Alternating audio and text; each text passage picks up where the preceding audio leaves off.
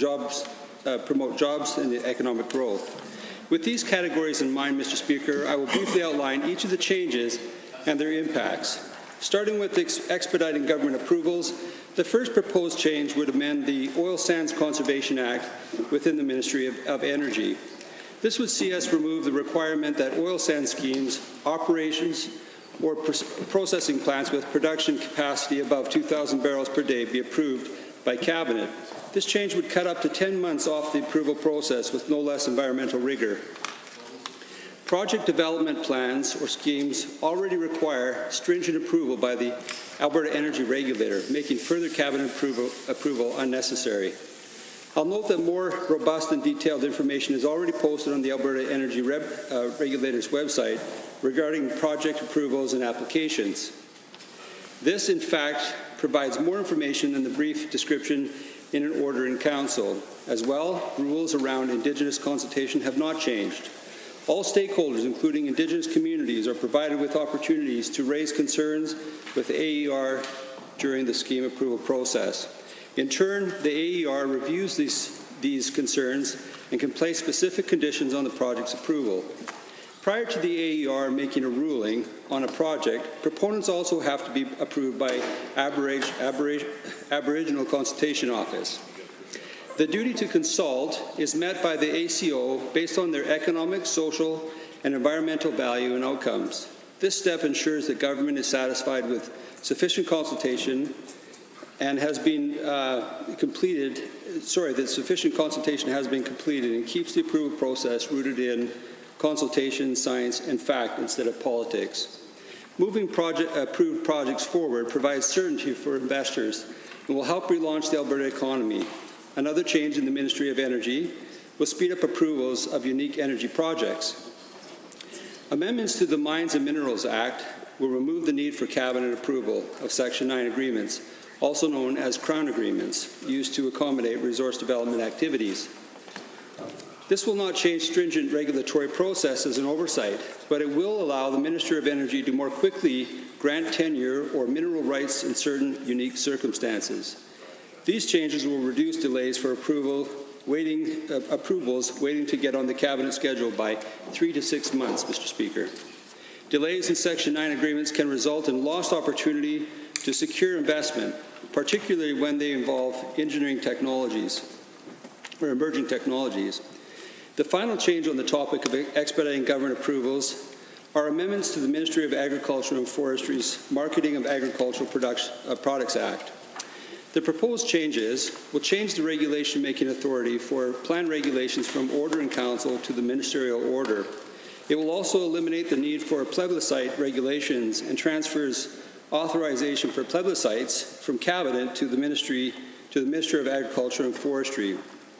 It will give the Agricultural Products Marketing Council discretionary power to issue directives instead of having to create more regulations. And it will enable agricultural marketing boards and commissions to make bylaws once approved by Marketing Council. Together, these amendments will modernize and address inefficiencies within the Act, while giving marketing boards and commissions more autonomy. I'd like to move on to the topic of reducing administrative burden for municipalities. Bill 22 proposes 2 changes within the legislation at the Ministry of Municipal Affairs that will make it easier for local authorities to do their job. The first change is amendments to the Safety Codes Act. We're streamlining the existing enforcement process for safety code violations to allow for administrative penalties without the costly and timely step of taking violators to court. This is not only a more efficient process, but gives teeth to the Act and promotes greater adherence to safety codes. Second, we're making it easier for local decision makers to do their jobs by getting rid of unnecessary red tape in the municipal government. We're streamlining the Act by cutting more than 70 regulations to make things easier for local governments, businesses, industry, and Albertans. A number of these changes are focused on improving the operations of regional service commissions. This includes allowing them to be established and de-established through a ministerial order rather than the current requirement for an order in council, and allowing regional service commissions to pass bylaws with ministerial approval rather than cabinet approval. Next, I'd like to discuss reductions that fall under the category of enhancing government transparency and eliminating outdated requirements. We have 3 reductions under this topic, starting with the one at Service Alberta. We are removing an outdated requirement in the Vital Statistics Act that states that the Alberta Vital Statistics annual report be tabled each year in the Legislative Assembly. This process typically results in delaying the release of the report, which is depended on by academia and researchers. By removing this unnecessary requirement, we're getting information into the hands of those who need it faster. Service Alberta heard from many stakeholders regarding this change, who were looking for changes to residency requirements to allow these organizations to have the greatest flexibility when it comes to board composition. These changes align our legislation with legislation in other jurisdictions. Put simply, Mr. Speaker, we are cutting red tape to allow corporations, nonprofits, companies, and partnerships in Alberta to have every competitive advantage possible when compared to our neighbours. Next, we have 2 changes at Environment and Parks. First, Bill 22 would repeal the Recreation Development Act. This act was created in 1967, a good year, I might add, to promote the development of recreational activities and facilities within Alberta. However, this is better addressed through newer pieces of legislation, such as the Alberta Land Stewardship Act, Public Lands Act, and Provincial Parks Act, to name a few. Repealing outdated legislation aligns with government's platform commitment to modernize environment and parks legislation. Second, we are repealing the Energy Efficiency Alberta Act. This act was introduced by the previous government, was funded by the now repealed carbon tax, and established Energy Efficiency Alberta. With other organizations continuing to deliver similar programs such as Emissions Reduction Alberta and Municipal Climate Change Action Centre, this act is no longer required. Repealing the act also represents the final step in transitioning to the Technology Innovation and Emissions Reduction, or better known as TIER, system our government has introduced to manage emissions. The final segment of reductions in Bill 22 I'd like to speak to are perhaps the most important. They focus on removing the unnecessary burden placed on Albertans and businesses. And we're doing this for the express purpose of promoting jobs and the economic growth. This is something we do regardless of our current economic situation, but now we bring forward these changes with more urgency and purpose. There are 6 changes in total, and I'd like to start with one from Justice and Solicitor General. An amendment to the Wills and Succession Act will allow a representative of a mentally incapacitated person to redesignate the same beneficiary under a plan or policy that renews, replaces, or converts a prior plan or policy that designates that beneficiary. Alberta law currently does not allow representatives of incapacitated people to redesignate beneficiaries when renewing, replacing, or converting plans or policies such as a tax-free savings account or a registered retirement savings plan. However, these changes allow representatives to redesignate beneficiaries, representatives to redesignate beneficiaries, but only those already named, meaning people's wishes, will always be respected. Next, I'll outline 2 changes from Environment and Parks. We're amending the Surface Rights Act to make it easier for property owners to be compensated for unpaid surface lease rentals. This will be accomplished by empowering the Surface Rights Board to address more disputes outside of the courts, including increasing the damage claim limit from the board that the board can address from $25,000 to $50,000. Additionally, these amendments will provide clarity and eliminate unnecessary processes that help the Surface Rights Board address backlogs, make clear who is currently operating an energy site, and provide better service to landowners and energy companies. Also, at Environment and Parks, changes will make Alberta's grazing disposition. We will also be making changes to Alberta's grazing disposition more competitive. Amendments to the Public Lands Act will broaden eligibility for public land and provincial park grazing dispositions, as well as forest reserves grazing permits, to include all Canadian citizens and permanent residents rather than just Alberta residents, as it currently is the case. These changes will better align with land values and make sure that ranchers benefit from any market fluctuations and bring us in line with BC, Saskatchewan, and Manitoba. Eliminating these barriers means more opportunities for interprovincial investment, competition, and trade, which helps create jobs for Albertans. It is important to note, however, Mr. Speaker, that while we're extending opportunities to Canadian citizens and permanent residents, existing prohibitions on foreign purchase of public land will be maintained. Finally, Bill 22 is rounded out by 3 changes to Service Alberta.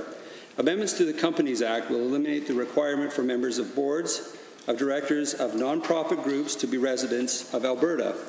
We'll also be aligning nonprofit reporting requirements with more modern for-profit requirements. We'll also be eliminating the need for nonprofits to file certain information with the Register of Companies and publish this information in the Alberta Gazette or newspapers. These modernization efforts are a win across the board for the operation of a nonprofit organization. Next, proposed changes to the Business Corporations Act would also eliminate the requirement for members of the boards of directors of corporate groups to be residents of Canada. Both of the previous 2 restrictions create barriers for businesses, and eliminating them frees up nonprofits and corporations to appoint the best possible candidates to their respective boards, making Alberta a more competitive jurisdiction and able to attract the best talent. Finally, making a number of amendments to improve the Partnership Act. This includes a number of clarifications to the Act and the elimination of overly prescriptive and outdated registration processes. These 14 items make up the substantive changes proposed in Bill 22. As we continue to push forward with red tape reduction, I'm pleased with the progress we've made to this date. While there's much more work to come in order to reach our goal of a 1/3 reduction in red tape, it's bills like this that chip away at the pile and begin to make life easier for Albertans and businesses. I'd like to thank the members for their time, Mr. Speaker, and I look forward to a healthy debate on this bill. Thank you. Honourable members, the Associate Minister of Red Tape Reduction has moved second reading of Bill 22, Red Tape Reduction Implementation Act 2020. Is there anyone wishing to join in the debate this evening? The Honourable Member for Lethbridge West. Well, thank you, Mr. Speaker. It's my pleasure to rise for the first time to speak to Bill 22. I guess it's everyone's first time. We're just starting this on second reading. So that's good. Lots in this bill. So much, in fact, that the Associate Minister had a hard time explaining to the public or the media or anyone else for that matter what the bill was doing when he announced it.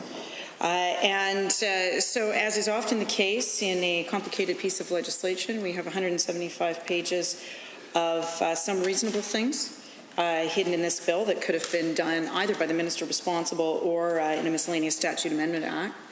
And then we have some other things that I have questions about, and perhaps at this stage of the reading, the government or the associate minister or the minister responsible can provide some more clarity on what we're actually dealing with here and who asked for some of these changes. So I'm not going to speak to all of them because I don't know if I can. Mr. Speaker, this is quite a fulsome piece of legislation, and I think raising questions as to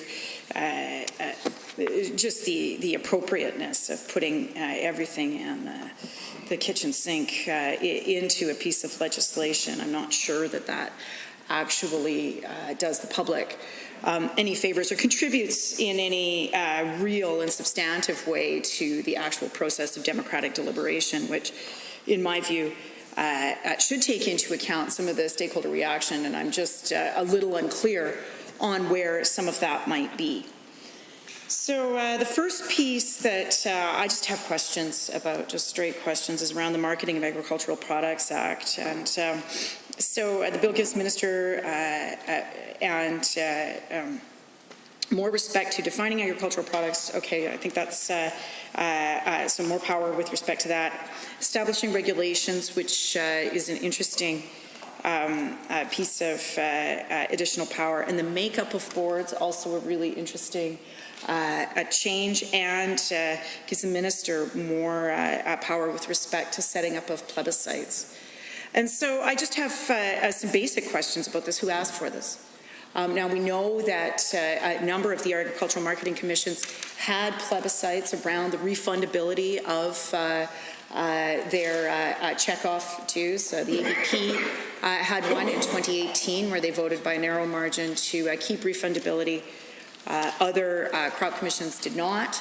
But essentially, the legislation that we brought in I believe it was early 2018, the previous government brought in, that was supported by the marketing commissions at the time, the various crop commissions, essentially allowed crop commissions to set some of the terms of how they would collect their dues and how they would govern plebiscites with their members. So my question is very simple.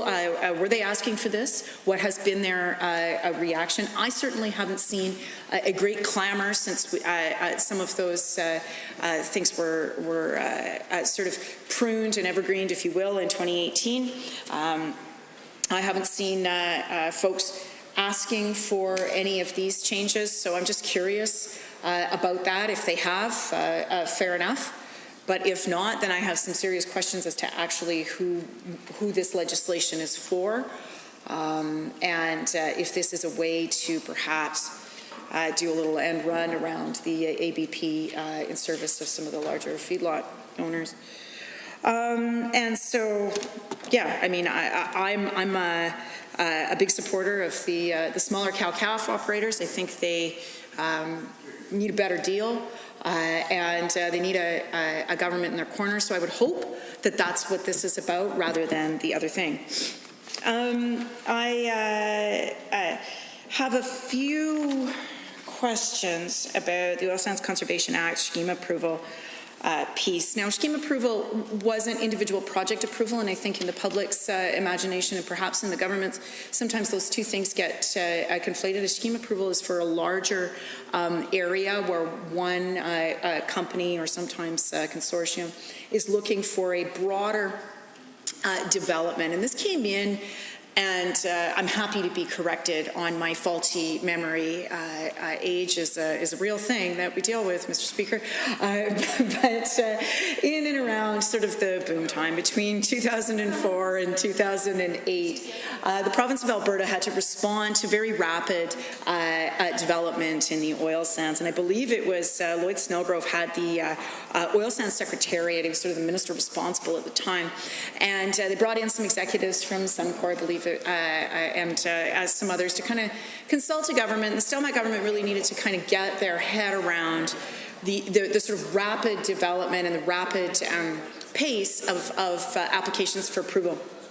And so part of this was essentially, and the other really big factor here was that the Crown consultation piece with respect to duty to consult, or constitutional obligations with respect to Indigenous peoples, were really being the actual duty and honour of the Crown was being stretched, I think, is a charitable way to put that, just in terms of resources, both in terms of the pace of the development, what the demands that were being placed on individual First Nations and treaty organizations, and then on the government's ability to discharge its Crown obligations. And so part of this scheme approval was to kind of ensure that Cabinet is accommodating obligations, its honour of the Crown obligations. And it need not necessarily take any more time. And in fact, removing this will not, in fact, speed up individual project approvals. That much is for certain. But it will not speed up the Crown's duty to consult with respect to Indigenous peoples. This is not a regulatory matter. This is a constitutional matter. And no matter how much people might try, there is no ability for the Crown to head off those or impose artificial timelines on that duty to consult, because it's a Crown Indigenous consultation relationship. Of course, Indigenous peoples also have a right to be consulted by project proponents, but that piece, you can't do an end run around it. And this is, in fact, what the University of Calgary law professor Nigel Banks has observed in reference to this section. He has said this does not and cannot mean that these obligations have just disappeared. These duties of the Crown are just that. They're constitutional duties. They are not red tape. There is no red tape to be cut. He has also observed, I think there is some chance that this amendment will obfuscate rather than clarify the means by which Crown discharges its obligations. In sum, Mr. Banks writes, the removal of cabinet from decision-making process under Section 10 and 11 of the Oil Sands Conservation Act, I believe, will remove the need for an additional approval in the attendant 4-month delay for cabinet time, that's my words, but it will not simplify or shorten the steps the Crown needs to take to discharge its constitutional responsibilities. And furthermore, insofar as there will be no formal cabinet decision to authorize, and he says the project, but I would say more specific language here would be the scheme, because there are oftentimes a number of projects contained within the scheme approval. Cabinet will lose the opportunity to put its best foot forward and provide a reasoned decision, that is to say, an all-of-government response to how it thinks it has discharged those constitutional obligations. And so, in particular, its duty to consult. And so, again here, Mr. Speaker, I think it's really important to remember that that scheme approval piece, when it has to go to Cabinet, and, you know, if there's an issue with getting time on the Cabinet agenda, I certainly didn't have an experience of that with scheme approvals when they came to us back in the day. They were moved fairly quickly through the process, or at least that was my experience of it. I could be stand to be corrected, but I don't think that that was in fact the issue with the delay. It was generally speaking Crown Indigenous consultation pieces and a proponent Indigenous consultations. But the scheme approval has nothing to do with the individual Water Acts or other approvals or conditions that are affixed by the AER. That all comes afterwards anyway. And so on that one, I guess my question would be, what kind of legal analysis underpins it? What kind of Indigenous consultation has gone into that piece? I would like to see that record of consultation. And in fact, when Crown consults on these matters, there is a record of consultation. So I wouldn't mind seeing what that record is around with the Treaty 8 First Nations and the Métis organizations in the that are affected by, in particular, Lower Athabasca Regional Planning, which is where the Lower Athabasca Regional Plan and any over other Treaty 8 or Métis organizations over in the Peace River area, where we also have had some oil sands scheme approvals in the past. The next piece that I have questions about as well, and I think a record of consultation or some kind of effort by the government to kind of answer some of the questions around who they've talked to about this is the pieces around the Public Lands Act and grazing leases. So opening up grazing leases so that a lease can be held by any Canadian. Again, my question is just who's asking for this? So if the grazing lease associations are good, they've been checked in with, they've written letters, and this is something that they want to see, then you know what? It's a rare day, but on that particular piece of the legislation, I'm all in. I somehow have my doubts that grazing lease associations and grazing lease holders, in particular those who in the ranching areas in Livingston, Porcupine Hills and elsewhere, folks, and actually Western Star Rovers as well, people who have been asking for things like extended tenure for in reward for good ecological management, for example, which is something that we started to work on and this government did, and I think that's great. But somehow I doubt, I really have my doubts, that any of these, fourth generation ranching families are like, hey, you know what would be a really good idea? Is if with my ranching economics that are already super stressed, and the volatility of beef markets in particular right now, that I should have to compete with other Canadians for a lease that's been that I've been stewarding and public land that I've been stewarding for a couple of generations now. I'd really like it if some Toronto consortium came in and outbid me for this land that has been adjacent to my family's deeded land or whatever the case may be for however long. I somehow doubt that that was contained in any record of consultation with the government. If it has been, then happy to see it. But I'm really interested in who is actually asking for this, because I never heard any Albertan anyway, ask for this in my 4 years of working through issues with grazing leases, which, just as an aside, were some of my more interesting and I think productive issues in files. First of all, when you meet with grazing lease associations, you get to meet with actual ranchers. People who have been taking care of the landscape in some of the most iconic landscapes in the province, some of the most beautiful places in the world, I would argue. Yeah, it's where the hockey players are going, yeah. Raising beef cattle is a wonderful article in this month's Alberta Views about, some of the ecological sequestration that these folks are doing. It's a great article, and it was one of my constituents. So the honourable member for Taber-Warner would like to insult one of my constituents, Cheryl Bradley, who was quoted in that article as saying, it was Calgary Hayes, sorry. It's a really great piece around sustainable grazing, and so I guess the member for Calgary Hayes doesn't get out of the city much, and he'd like to sit there and heckle. People who have been working to make those landscapes, good carbon sinks and really a part of the fabric of who we are. And I'm not surprised that the member for Calgary Hayes is sitting over there heckling Alberta ranchers, but that's what we come to expect. But anyway, so the public land piece.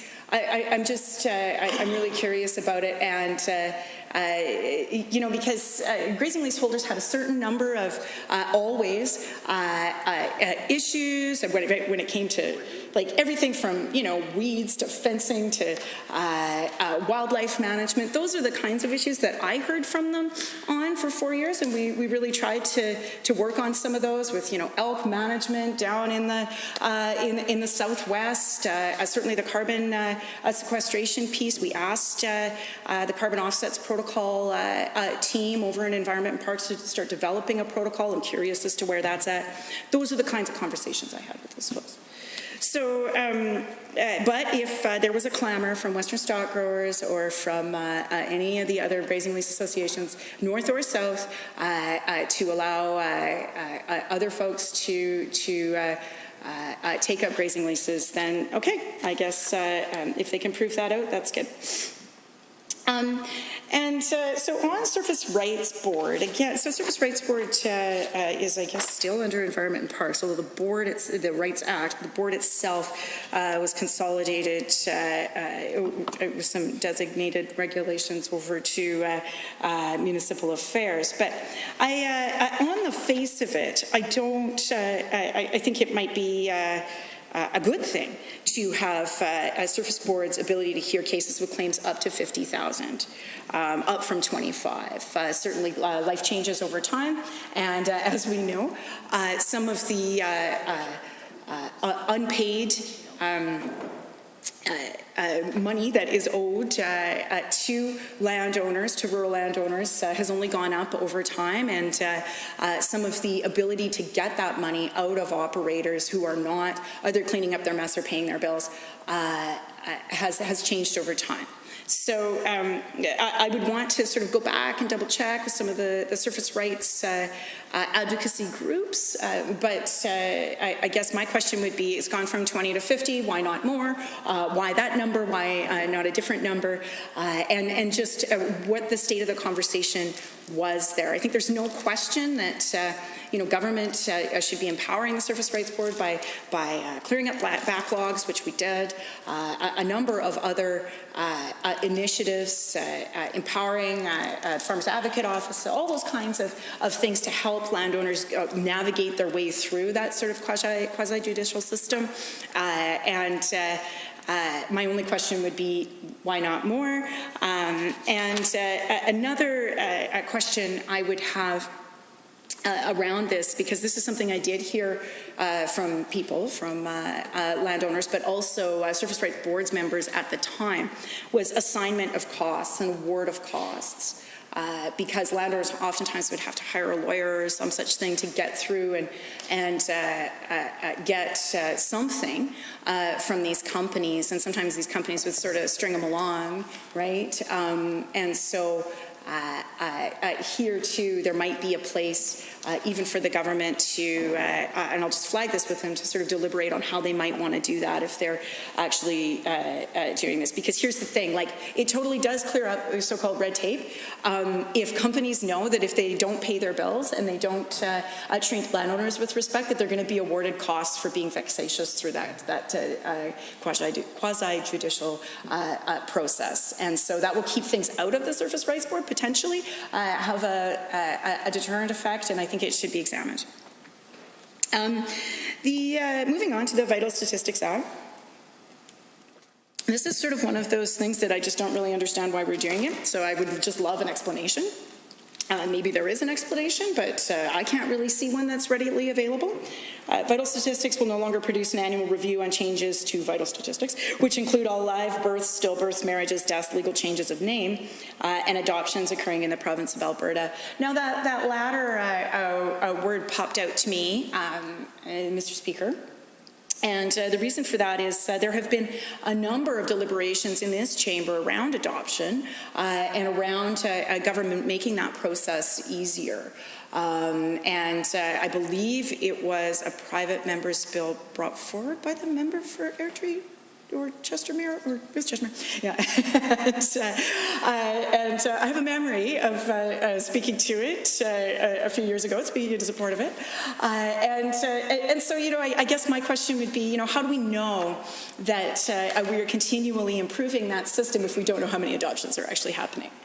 So I mean, that is one. I mean, legal changes of name, that one is also probably of interest to people who are seeking either, because we had to make some changes to the Vital Statistics Act on the ability to have X as a gender marker on one's vital statistics paperwork, and also ensuring that trans people have access to the full exercise of their human rights in terms of that process. So with that, I will adjourn. Entirely sure that you can try to move to adjourn after the time for debate has passed. However, 29.2a isn't available. I see the Honourable Minister of Transportation has risen to join in the debate, or perhaps make a motion. Thank you, Mr. Speaker. I appreciate that. That was an interesting set of words that we just heard. Didn't sew together all that well, but having said that, we'll come back to this item later if the will of the House agrees. At this point, I would like to move to adjourn debate on Bill 22. Honourable members, having heard the motion is moved by the Honourable Minister of Transportation to adjourn debate. All those in favour, please say aye. Aye. Any opposed, please say no. In my opinion, the ayes have it. That motion is carried and so ordered.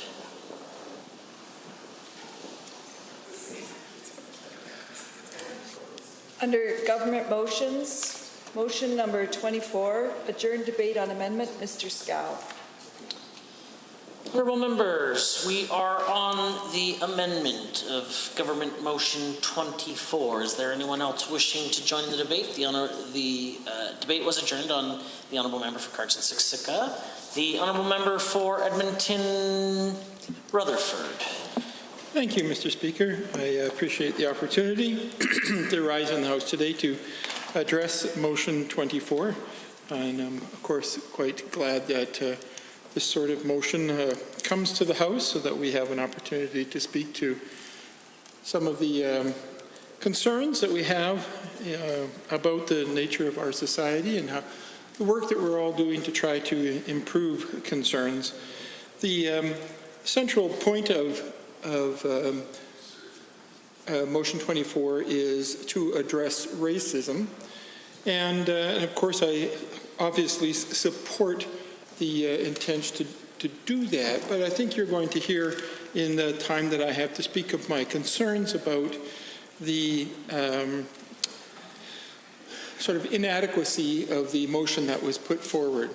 And it's not inadequate in the simple sense, in that clearly it says that racism is bad and racism needs to be resolved in our society. And as such, I'm fully and completely supportive of that. What it doesn't do is it doesn't go on to talk about the different natures of racism and address it on a deeper level of addressing the systemic quality of racism.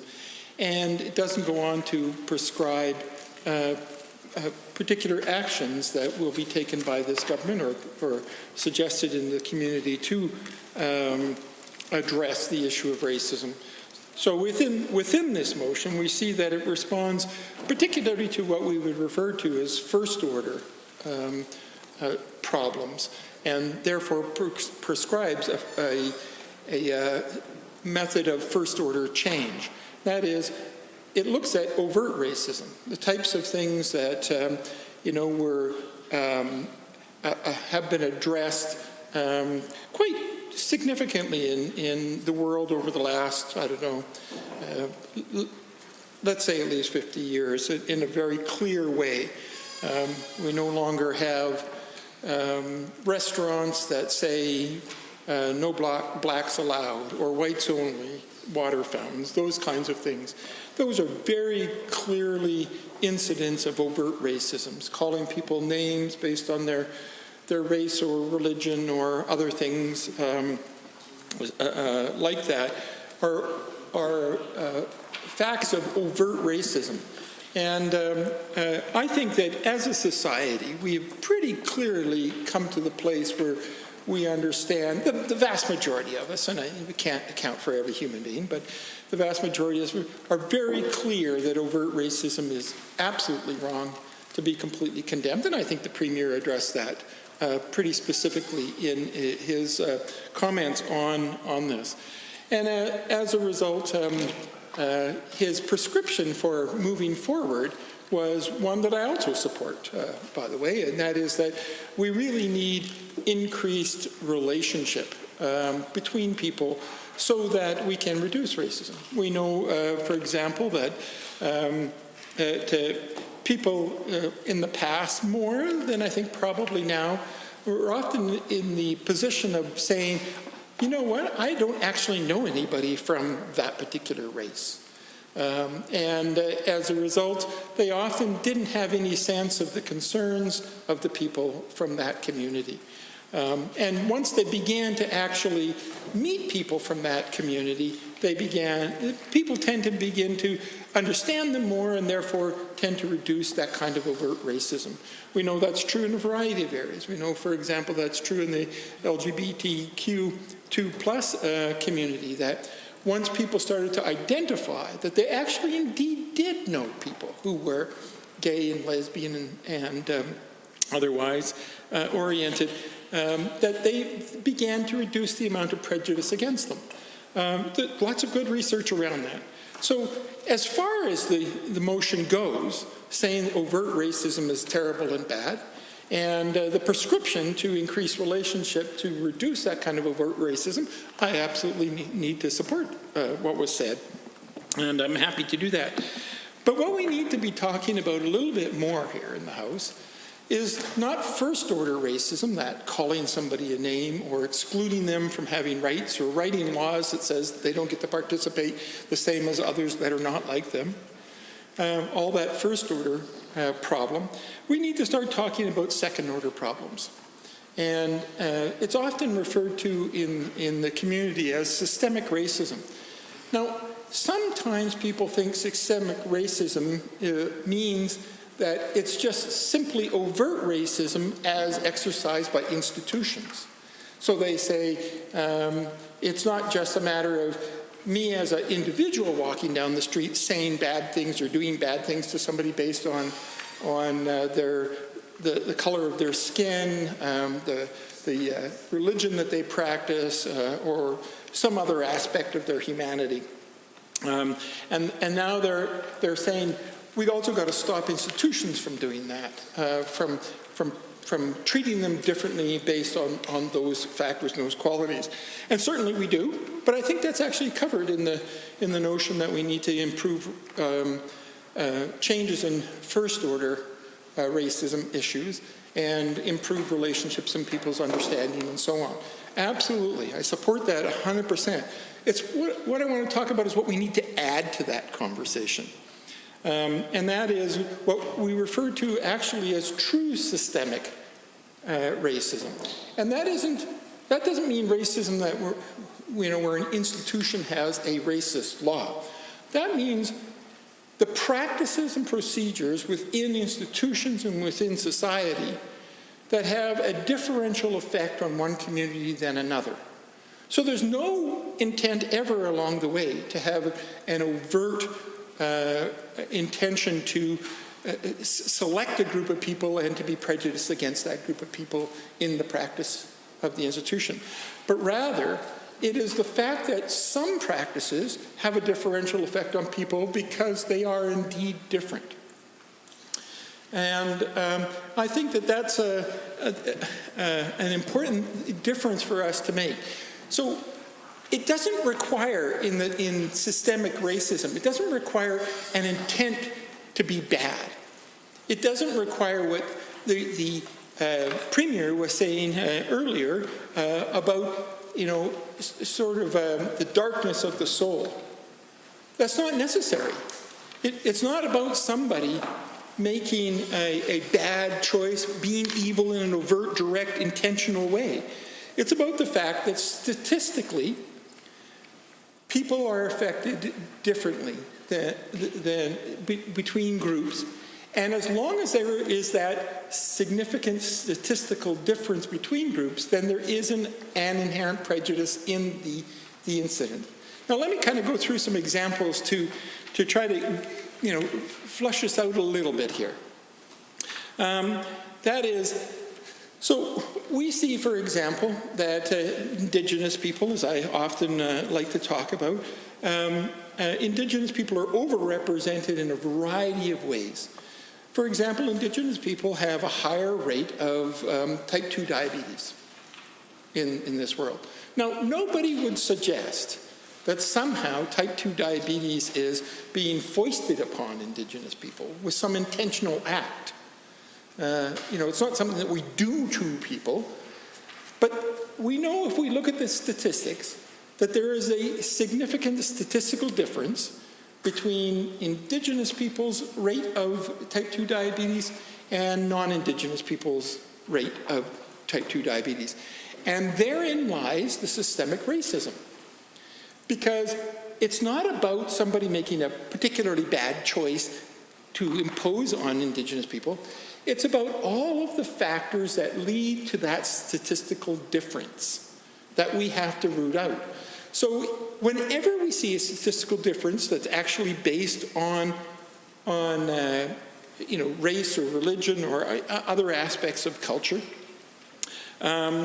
we always have to say, if there is a difference, and it's not explained by the humanity of the person, then it must be explained by something that's happening around them, the structures of society, the way the system is configured.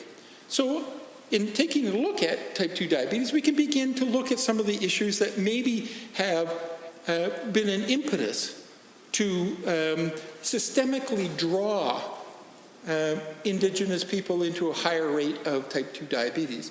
So we can look at issues, for example, like poverty.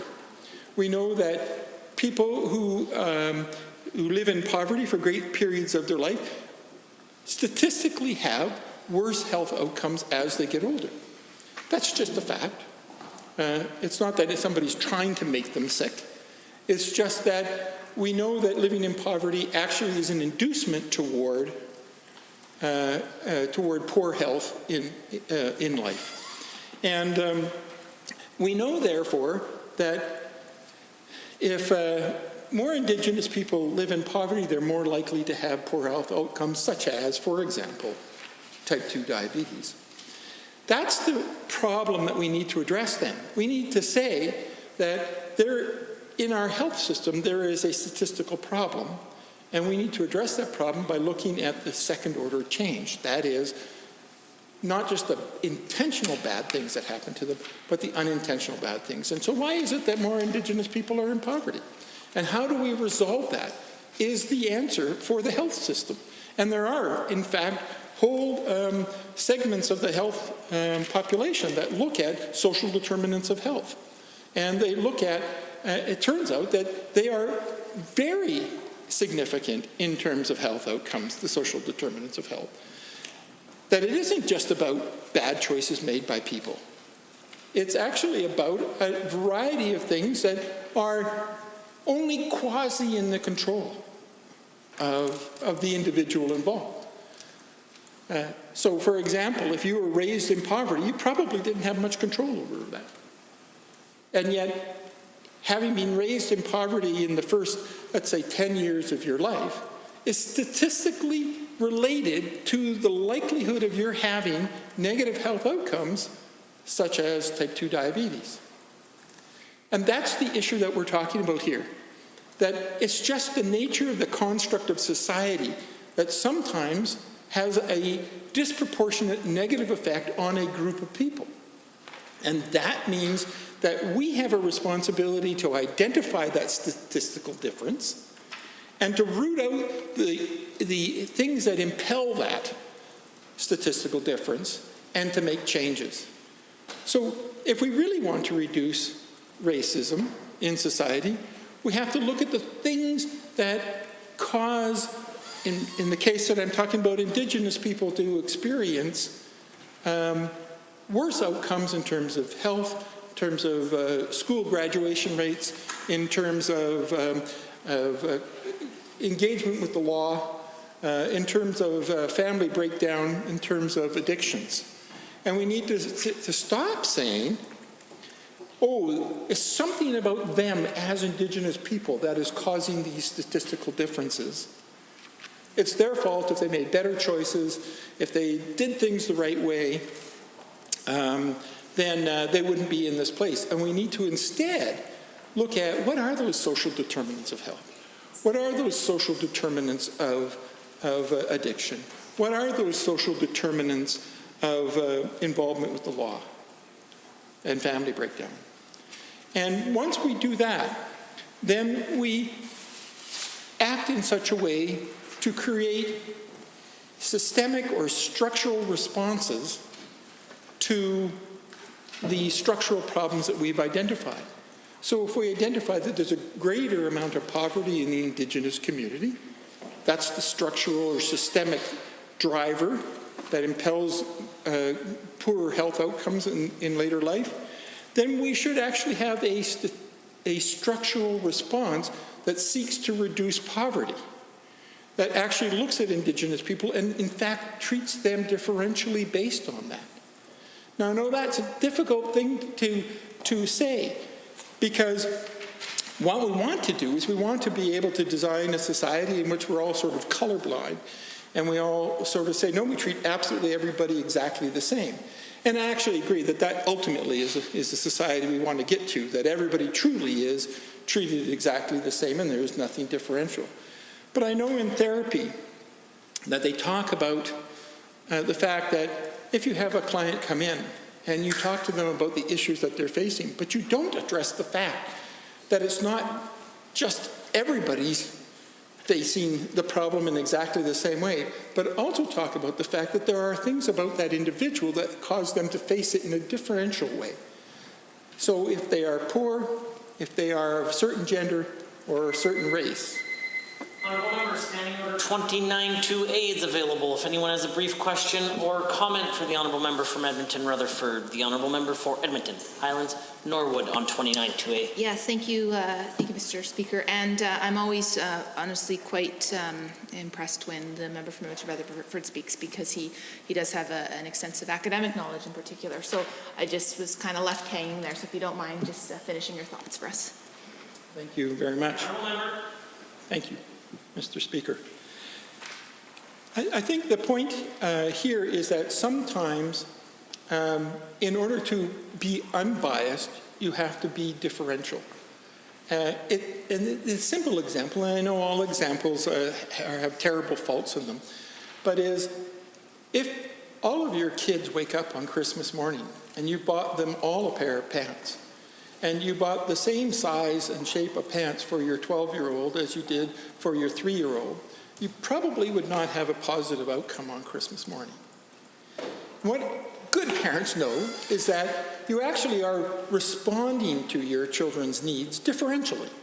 You're saying to the 12-year-old, look, we know you want more of a fashionable style. It's got to be a certain size, but you certainly wouldn't buy a size 32 inseam for a 3-year-old girl.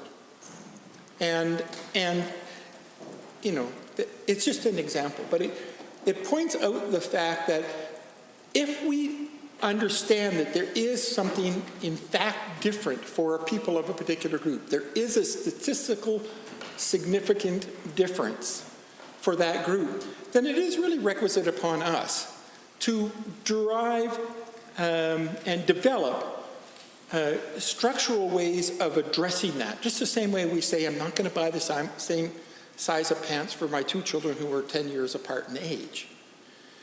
And so when Indigenous people come into our agencies, we should be saying, what is the experience of Indigenous people? How is it that they are overrepresented in terms of type 2 diabetes? What is it that, what's impelled them to get to the space where there is a statistical difference? And let's address that. And if we don't address that, then there's an inherent systemic problem. Because the system is saying, no, everybody is the same, they all get the same size of pants. And as soon as they say they all get the same size of pants, that's systemic racism, because they don't all need the same size of pants. What they need is they need to have things identified, not on the basis of the color of their skin, of the race they came from, or any of those factors, but rather on the basis of the statistics. And we understand from the statistics that there is an underlying issue that we can address. And if we do address those things, then what we should see is over time, those statistics changing dramatically. And our measure should always be that. Our measure should always be when we actually sit down and look at how people are doing in society, if there is one group that's identifiable on the stats, different from all the rest of the groups, we should address it. Because we know we've arrived at a successful place when you cannot differentiate people on the basis of their race or religion or skin color by looking at the stats. That everybody is equal. And that's the measure. The ultimate outcome is that if you are an Indigenous person, you are no more or no less likely to get type 2 diabetes. You are no more or no less to live in poverty. You are no more or no less to be a graduate from high school or from a university. No more or no less likely to be stopped by the police and questioned when you're walking down the street. No more or no less likely to be involved in criminal activity. No more or no less likely to be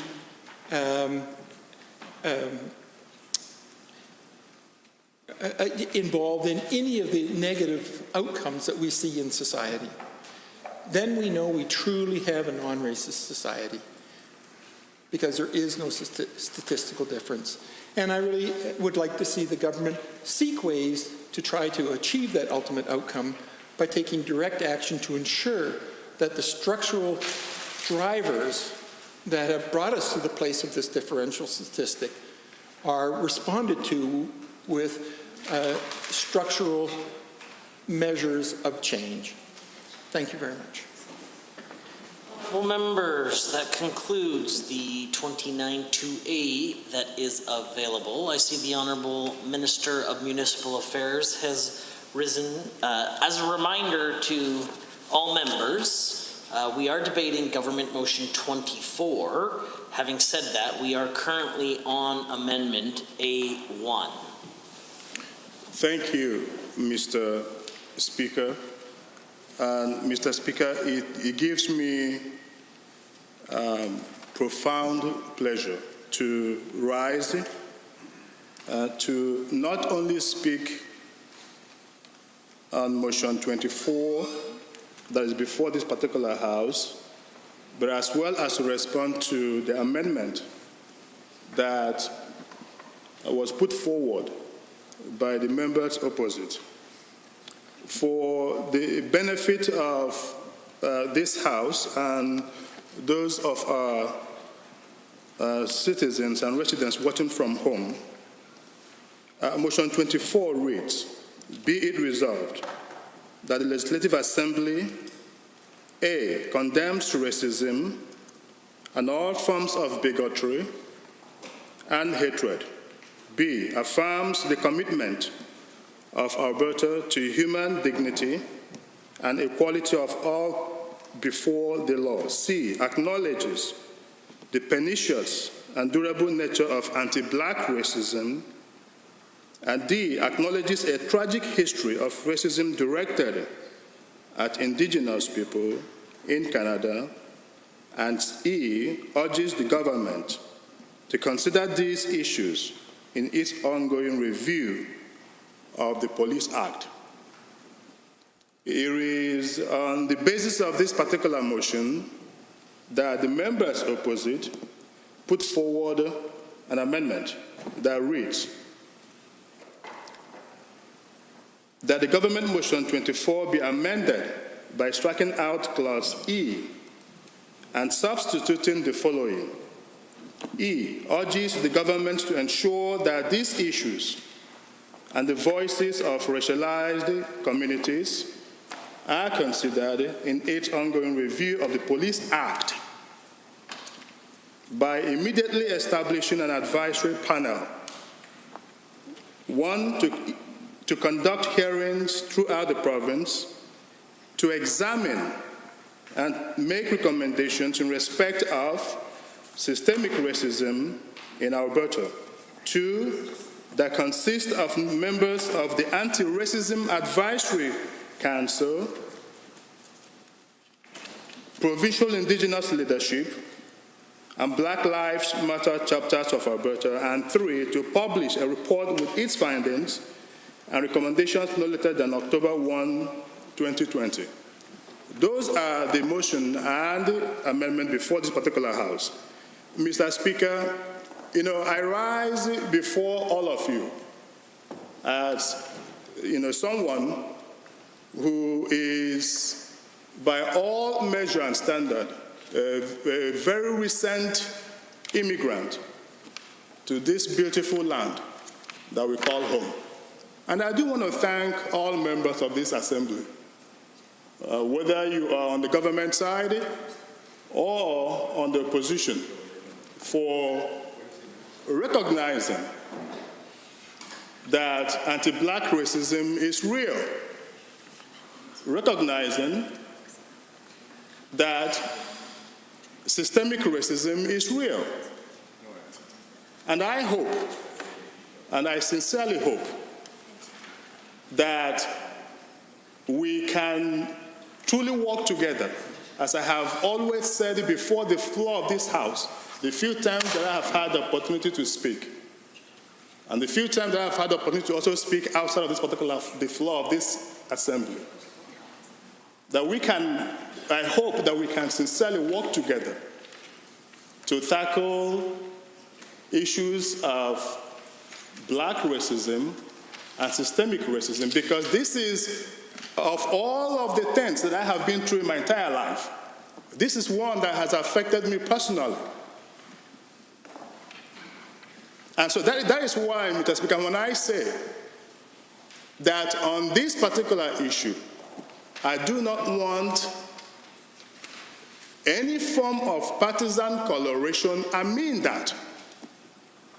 I am not joking about this matter, because this is one that has affected the core of who I am, my own family. There is one of the famous black slaves in the United States.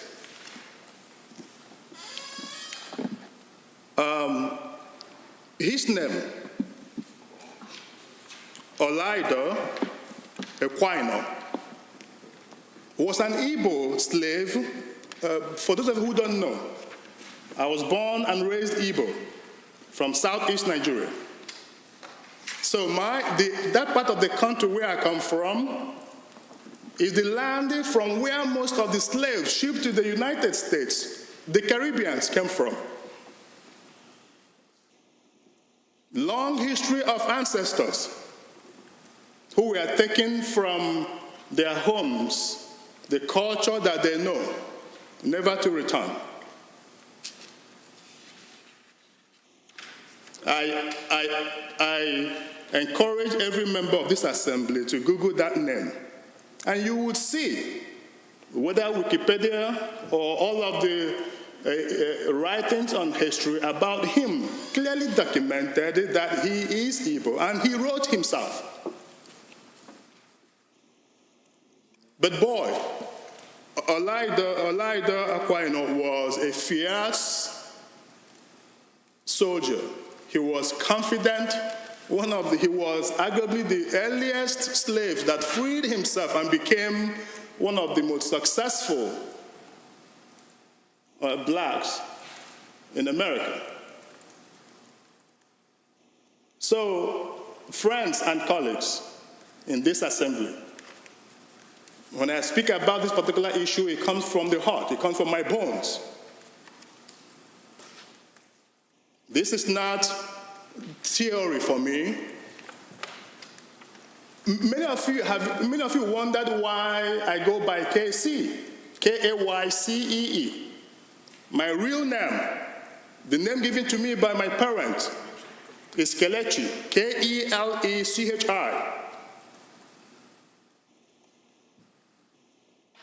But I have the luck that those who are called Kelechi in Igbo land where I was born are also called KC, so K.C.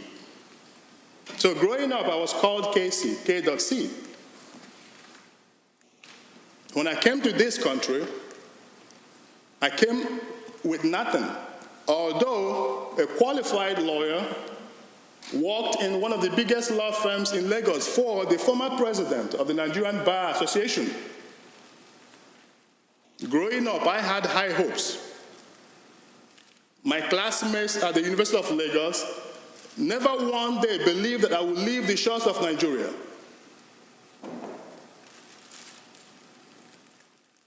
Because although born to, as I have often said, extreme poverty, my parents never saw the four walls of a university, of a school, not university. I want to correct that. My parents did not see the four walls of any school, elementary, kindergarten, secondary, name it.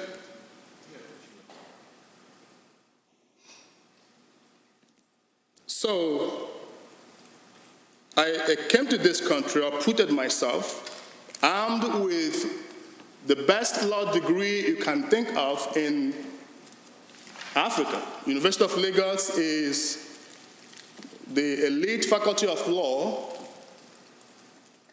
in Nigeria, and certainly one of the elite law faculties in Africa.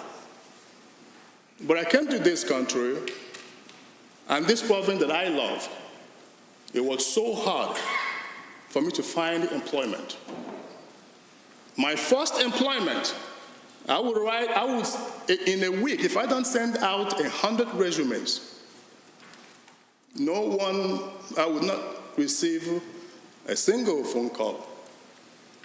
All I wanted was just an administrative assistant or something that would provide me that coveted Canadian experience, because every employer afterwards was asking for Canadian experience. And that's why I would never forget Barbara Morocco, wherever she is, God bless her. Barbara Morocco gave me my first employment in this country that set me on the trajectory that led me to this chamber at a small unit at the University of Alberta Hospital called Patient Food Services. where I had the greatest privilege of my life to make meals and wash dishes, to take care of the most vulnerable who were going through a period of adversity, some of them at the end of their life. At that point in time, if I recall, it was sometimes less than the minimum wage. That was the first employment, and that's why till this day I do not joke with Barbara Morocco. And she disregarded work references, disregarded whether or not you've worked in Canada. Beautiful lady. And so you can imagine when I sit before the floor of this particular house and someone, whether here or outside, try to insinuate that I don't understand the black experience or that I don't have the legitimacy to speak about black matters. Or tend to insinuate, just go to Twitter today. Just go to Twitter and read some of the things that have been written about me today, since yesterday. And I have received all kinds of phone calls from those who knew me from the moment I arrived in this country, and they could not understand whether or not that is the person that they are writing about. That is what our politics has gotten to.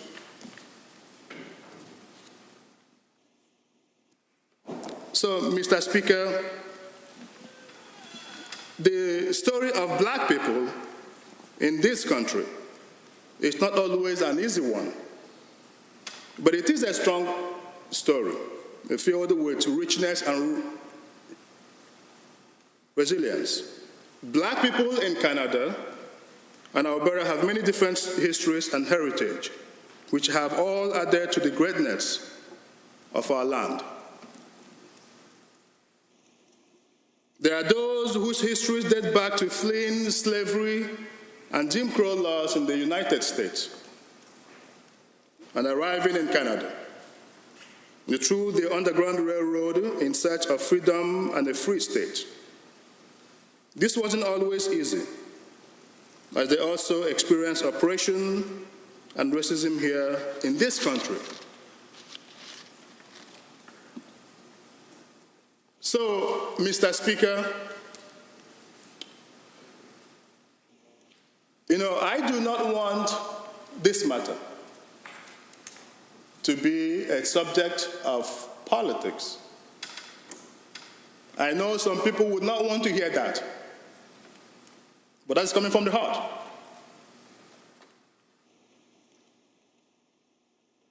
We have,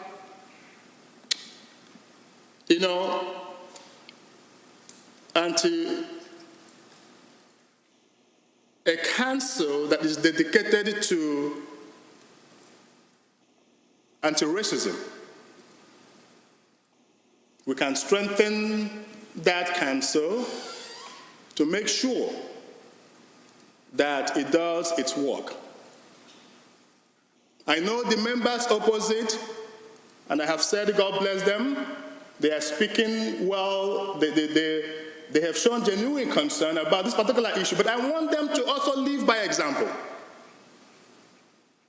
Before the floor of this House in 2016 was, and God bless the member from Calgary West,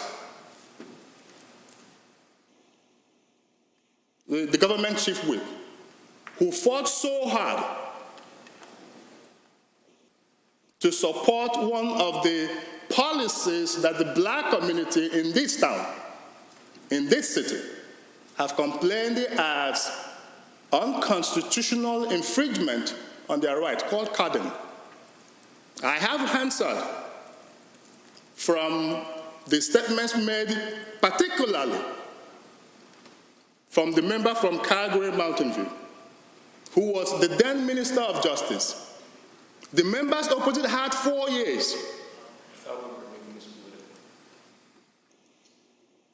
The members opposite had 4 years. The honourable member for Bonnyville, Cold Lake, St. Paul on 29-2A. Thank you very much. And Minister, I'd like you to carry on and just like to let you know that we really value your presence here and it's an honor to work with you. So if you could continue, please. Thank you. Thank you so much. I was saying that the members opposite, were sworn in 2015. They like to talk about racism, and I have said I welcome that conversation. It's a debate we must have. But I also want people to be genuine and sincere and not use minority issues for partisan politics. The question I have for them is, in the last 4 years that they were in charge of government, what did they do? What specific policies? What did they do when the member from Calgary West raised the issue of Garden?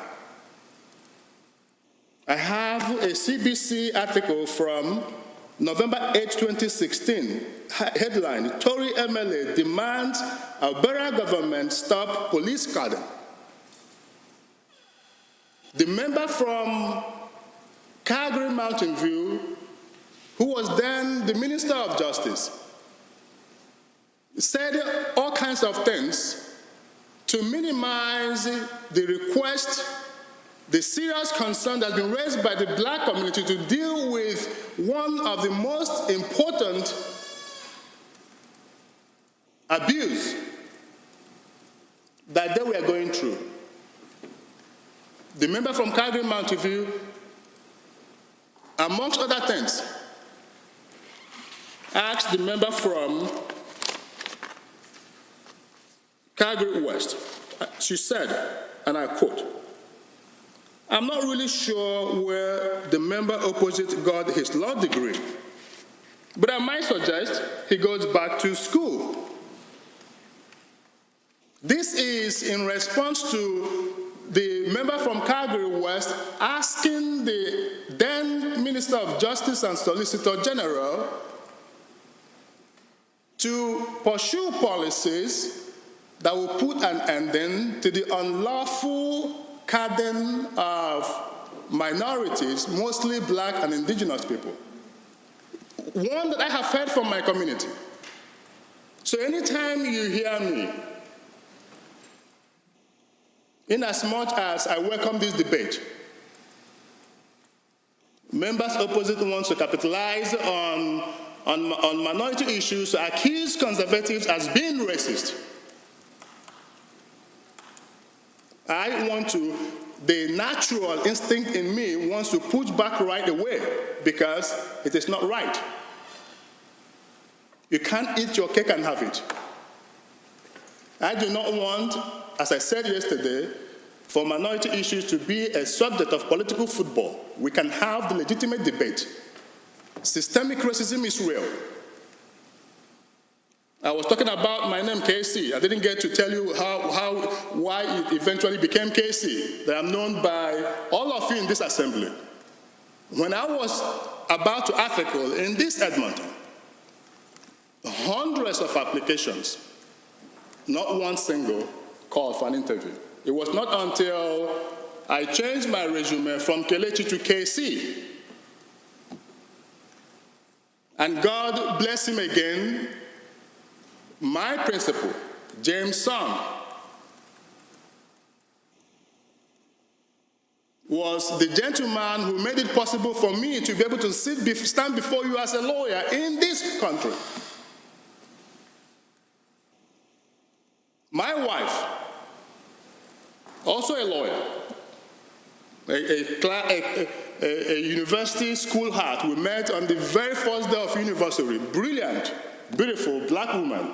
First class, was the most brilliant law student in our set. Many of you have met my wife. Brilliant.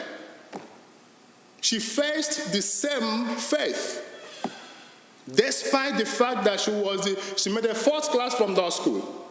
She dealt with the same problems.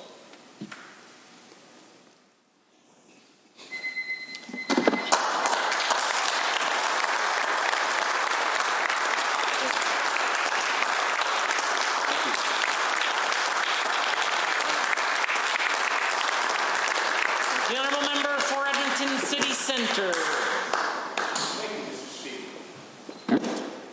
Appreciate the opportunity to rise and speak to motion 24, the amendment that's before us. Looking to amend this motion to include actual action as opposed to just words. I appreciate the words I just heard from the Minister of Municipal Affairs. I was disappointed that when he stated so many times that he does not want to make this political, and then he chose to make things political. Now, in all fairness, Mr. Chair, racism is a political question. Racism is not simply what we feel. Now, the Premier in his remarks spoke several times about how he feels that racism is truly a sickness of the soul. That because it resides in the hearts of men and women, that it is not something that can simply be eradicated by government action. Now, he did acknowledge that there are steps that government can take and should take, and I appreciate that. But we need to recognize racism is more than what people feel. Racism is about an exercise of power, about where that power is situated, who holds that power, and who does not. And when we are talking here in this House about that wielding of power, it is a political question. Perhaps what the minister meant to say is he does not want to see it become partisan. Fair enough. This is not an issue, Mr. Speaker, on which I'm interested in taking cheap shots. I think there are real questions to discuss in terms of policy and solutions, and there are real differences between both sides of the aisle, likely on what those should be. That is political, and that is appropriate discussion. And this amendment that is before us here today is not about partisanship. You can call it political, sure, but it is not partisan. It is about our fundamental belief that we are now at a historic moment in time. One that we have approached as black communities, as people of color, as brown communities. We have stepped up to this line and then backed off.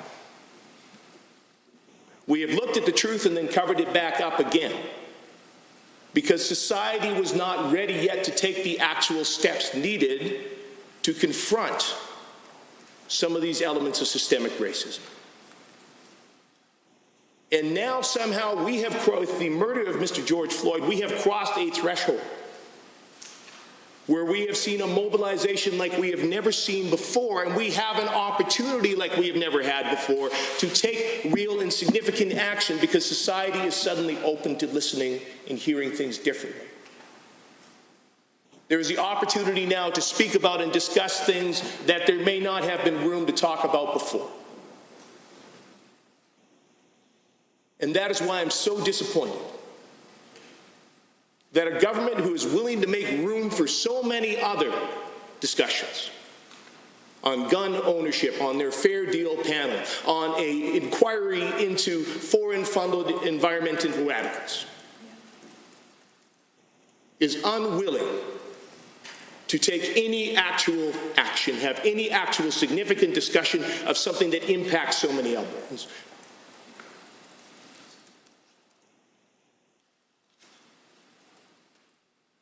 It is interesting to me what this government considers worth talking about and not worth talking about, or what it considers only worth talking about and not taking action on.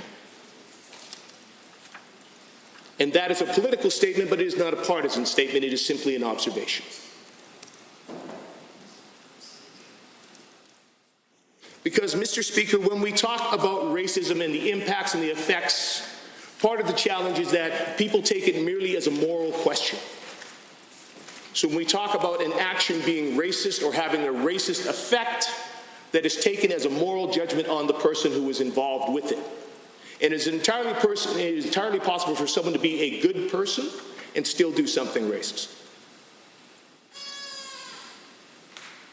So I'm not calling anybody's moral character into question here today. But I am questioning the priorities that we are choosing to put forward.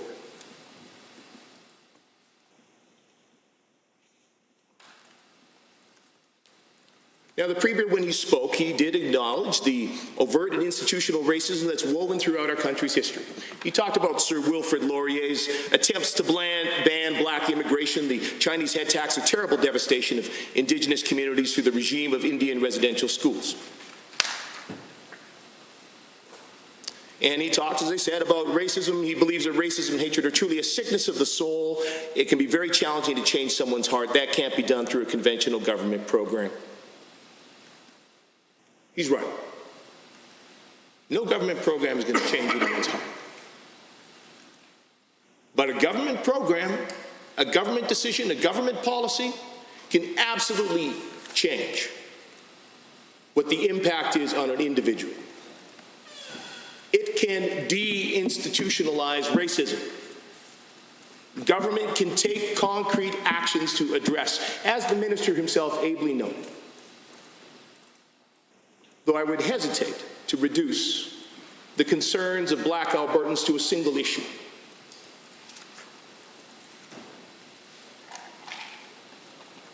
The minister asked, what in the 4 years did we do? Mr. Speaker, I don't want to stand here tonight to toot my own horn. I don't want to stand here tonight and brag. But the minister asked, and I will tell him. In January of 2016, I held 2 meetings upstairs on the 5th floor. For the first time ever, to my knowledge, I invited young leaders from Edmonton's black community, a variety of organizations, to come and meet with me and talk about their concerns. I did the same with elders from multiple black communities, African communities, Jamaican, Caribbean, the settler community. That March, I went down to Calgary and we did the same. Because as I spoke about previously, when I was elected here and I had the opportunity to go to events with individuals from the black community, and I saw what it meant to them to see someone who looked like them in government, I recognized I had a responsibility. Though I myself did not feel I had that experience, I do not have the experience of the Minister of Municipal Affairs. I grew up here in relative privilege in the white evangelical community. But I saw it was important to them, so I made space to sit down and listen to them and talk with them. And over the 4 years that I served as a government MLA, I made every effort to work with them, to encourage them, to empower the black communities in Edmonton and across Alberta, to support them in applying for grants, to support them in putting programs together, to teach them how to advocate, to encourage and support young leaders, many of those young leaders who helped plan that rally down there today and are part of Black Lives Matter Edmonton now. It was because of those conversations with them that we worked together to declare February as Black History Month here in the province of Alberta.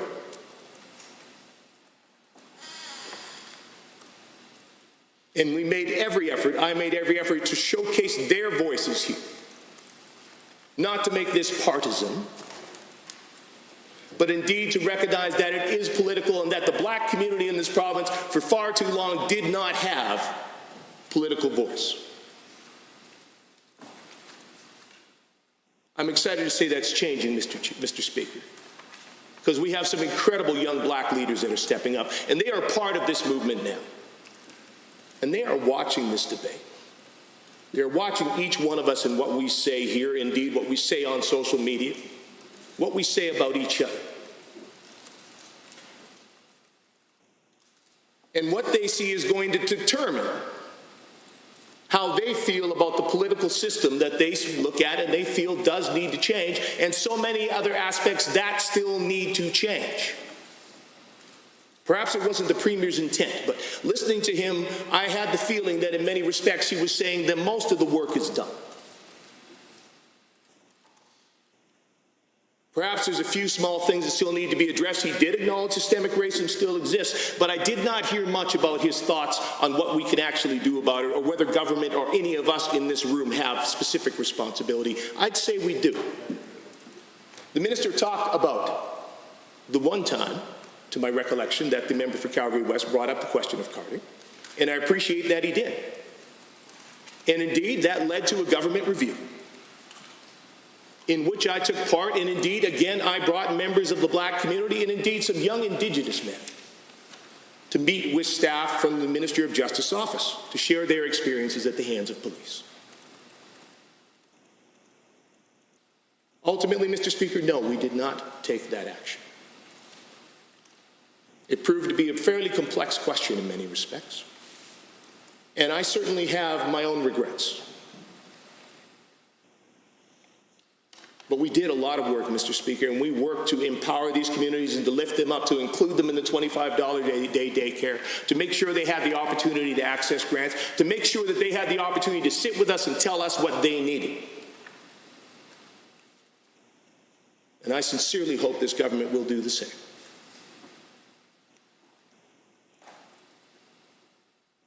And this amendment that we have here tonight would provide a golden opportunity for the government to do just that. A government that has been willing to spend hundreds of thousands of dollars on the groups that they consider important to listen to,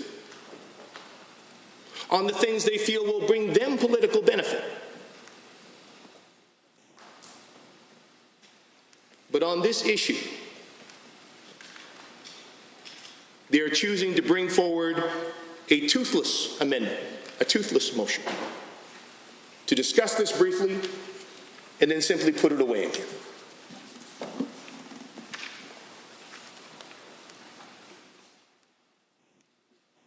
We have the opportunity, Mr. Speaker, to do far better than this. And indeed, I intend to take this opportunity that we have now, where we have this greater societal attention, where we have this opening to actually have these important conversations that have been sidelined for far too long.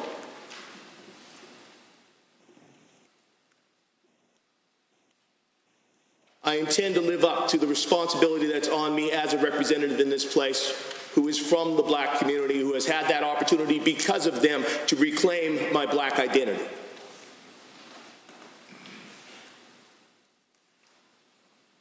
I'm not going to tell you what they want. I will listen to them and I will bring their voices forward.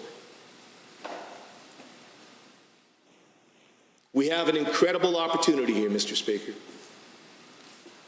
And I hope this government can find the space to let it in. I am more than happy to work in a nonpartisan capacity with government to address issues in education, in the justice system, in community and social supports.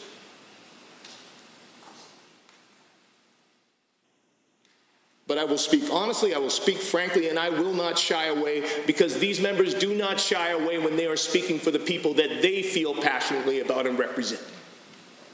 I will be equally passionate, equally frank, and equally honest, and I will pull no punches, just as they do not. With that, Mr. Speaker, I would adjourn debate.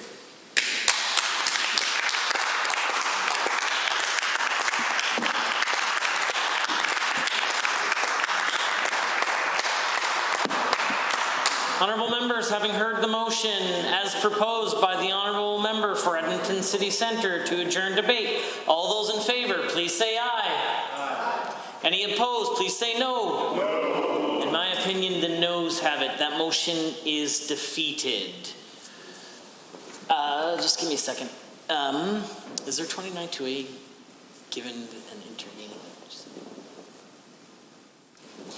Honourable members, we are on Standing Order 29-2A. It is available. The Honourable Member for Edmonton South. Thank you, Mr. Speaker. I believe Honourable colleague from the City Centre here has already made some very moving comments, but I would like to hear perhaps more from him, as I think he had a few more things he would like to say. So I invite him to continue. May I, Mr. Speaker?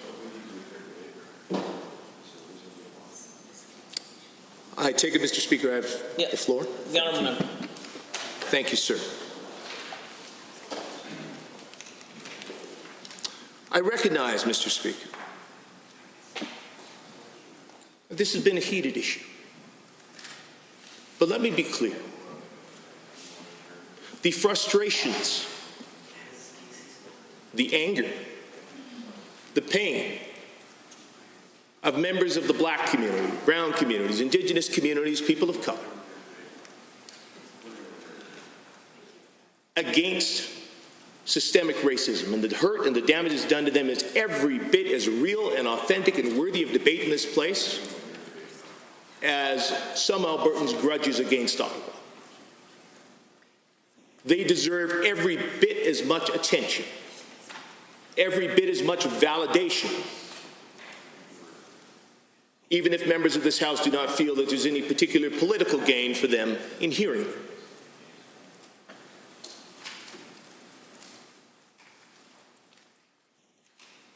This is a conversation, these are voices, Mr. Speaker, that for far too long people have not been willing to hear.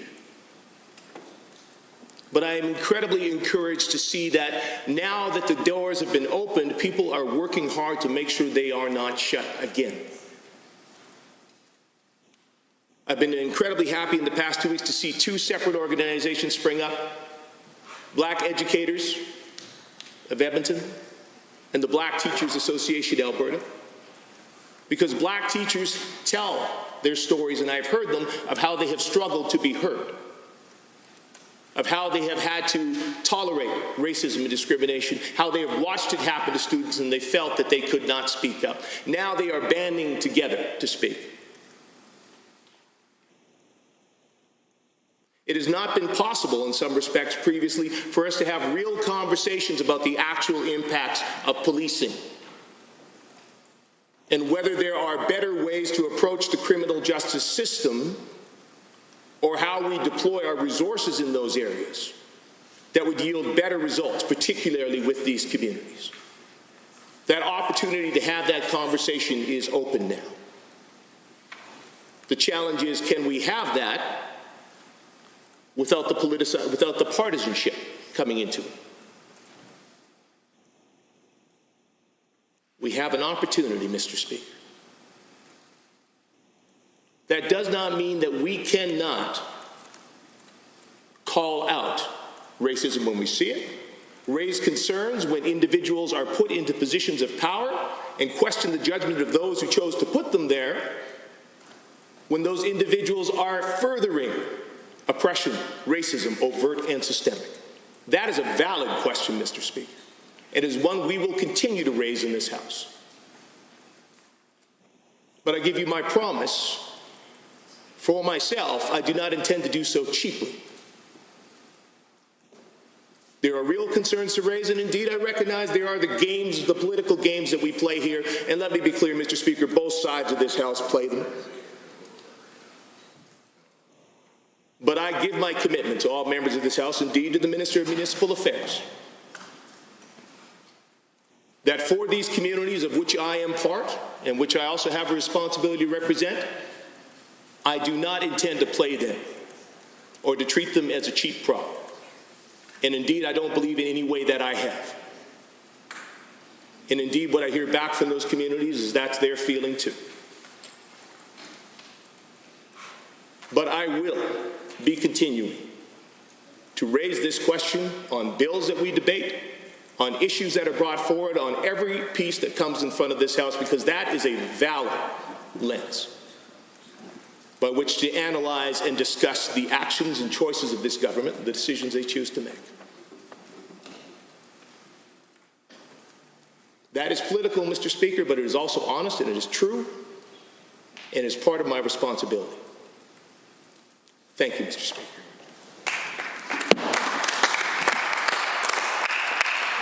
Honourable members, we are on Amendment A1.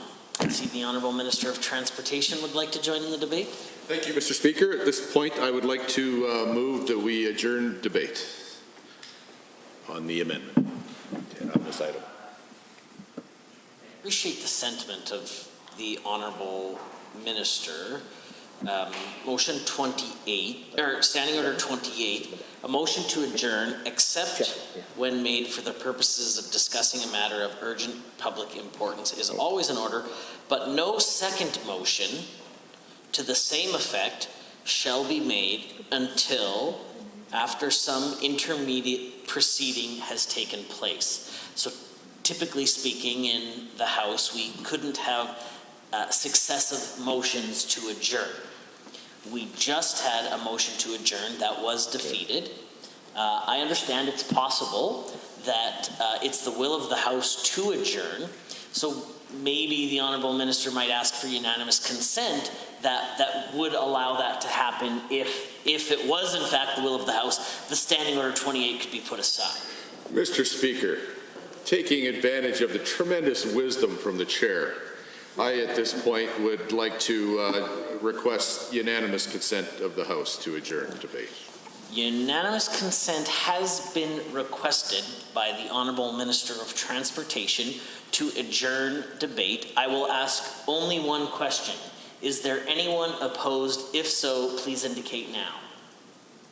Unanimous consent is granted. The debate, if you would be so kind to now place your motion to adjourn. I would now move to adjourn debate. Honourable members, having heard the motion has been proposed by the Honourable Minister of Transportation. Someday this might all matter. In Hansard. As proposed by the Honourable Minister of Transportation to adjourn debate, all those in favour, please say aye.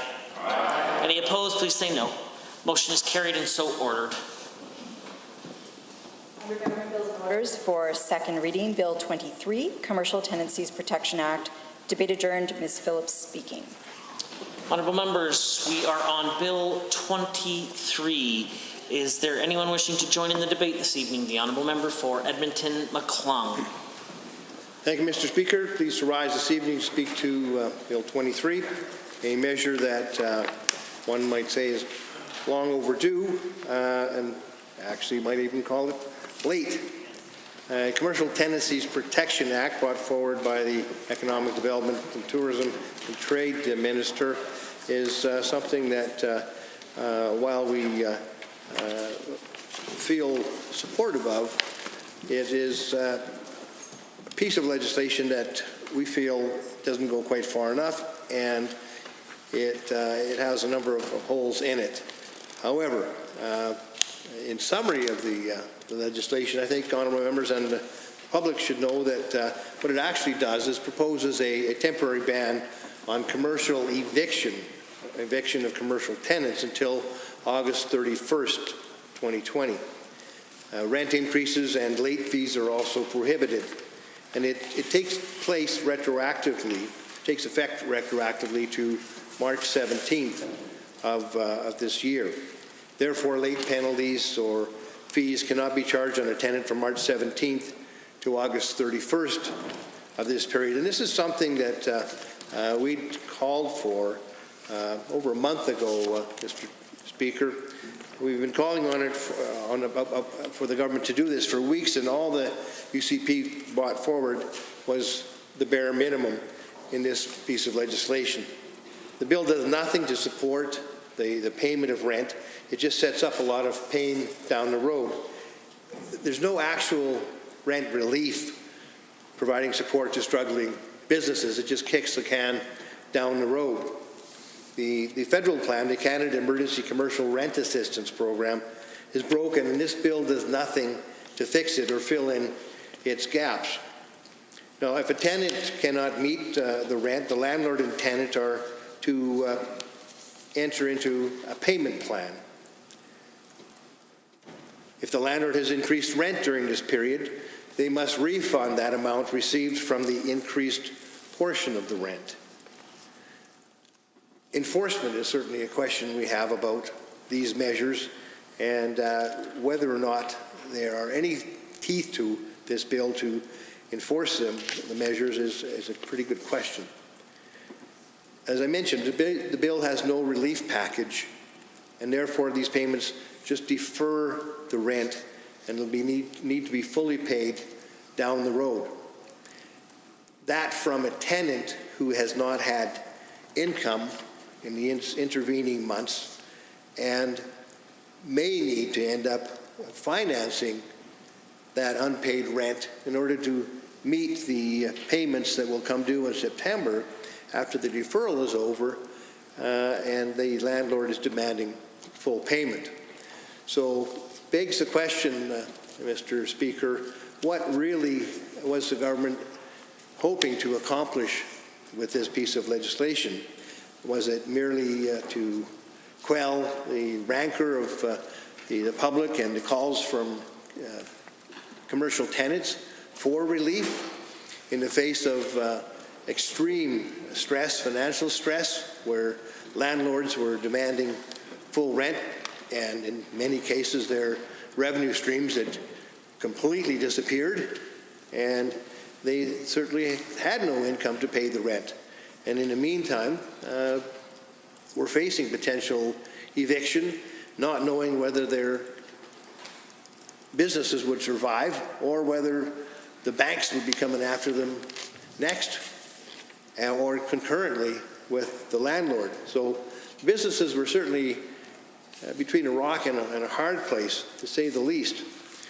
Many of these businesses were involved in the real estate industry themselves, where they, in fact, were commercial landlords and then also had tenancies in other properties. And both sides of the coin were visible to many businesses, and even so, it was difficult. And this is the type of a situation where it's incumbent upon government to actually do something that matters, that really acts to affect the problem. And what we've seen is a pattern of behavior, Mr. Speaker, from this provincial UCP government, is that in almost every case where we've looked at compensation being required, people were affected terribly by a total loss of income, either a business or individuals, nonprofits, pretty much across the board in this country because of the economic shutdown and slowdown that took place.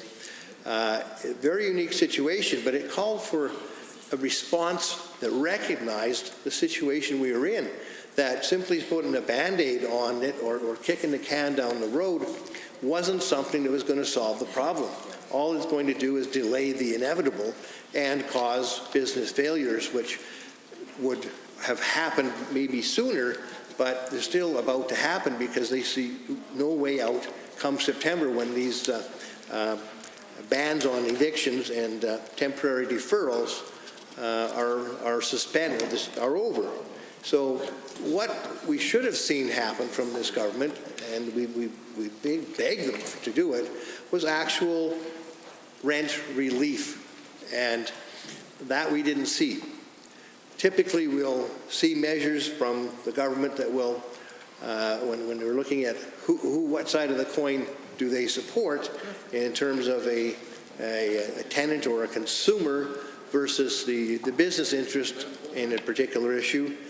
This government and conservative governments tend to side in favor of the business interest, and in fact monetize the business interest to satisfy the deficiency, rather than put the money in the hands of the tenant or the consumer to spread that money into the economy, or in this case into the hands of their landlords, who were rightfully owed rent, but due to extraordinary circumstances, when nobody was earning any income, and many still aren't, or earning diminished income, trying to stave off bankruptcy and business failure. This is the best that the government tells us they have to offer. And I'm not very impressed with it.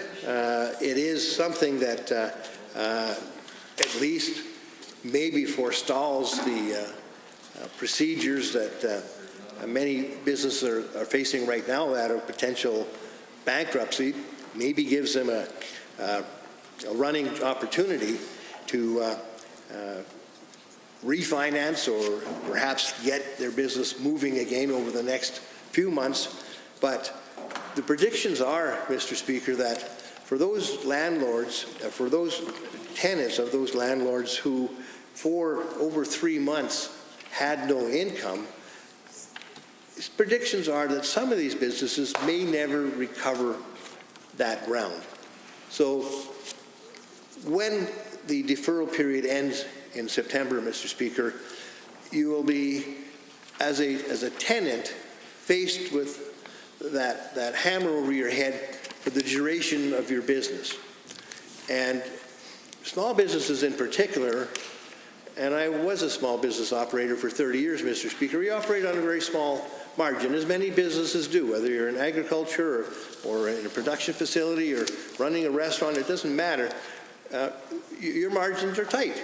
You've got costs and there's competition and your margins are tight. So the ability to recover from something as devastating as 3 months total loss of revenue is pretty small. So something bigger was called for. And every situation, Mr. Speaker, this provincial government has first stalled to make sure there was some federal money available first, and they were going to wait to see what the federal government did. And they've done this time and again with many different programs that see what the feds are willing to offer in terms of programming dollars, and then we'll maybe see if we can top it up or get away with as little as possible and say we did something to help the cause.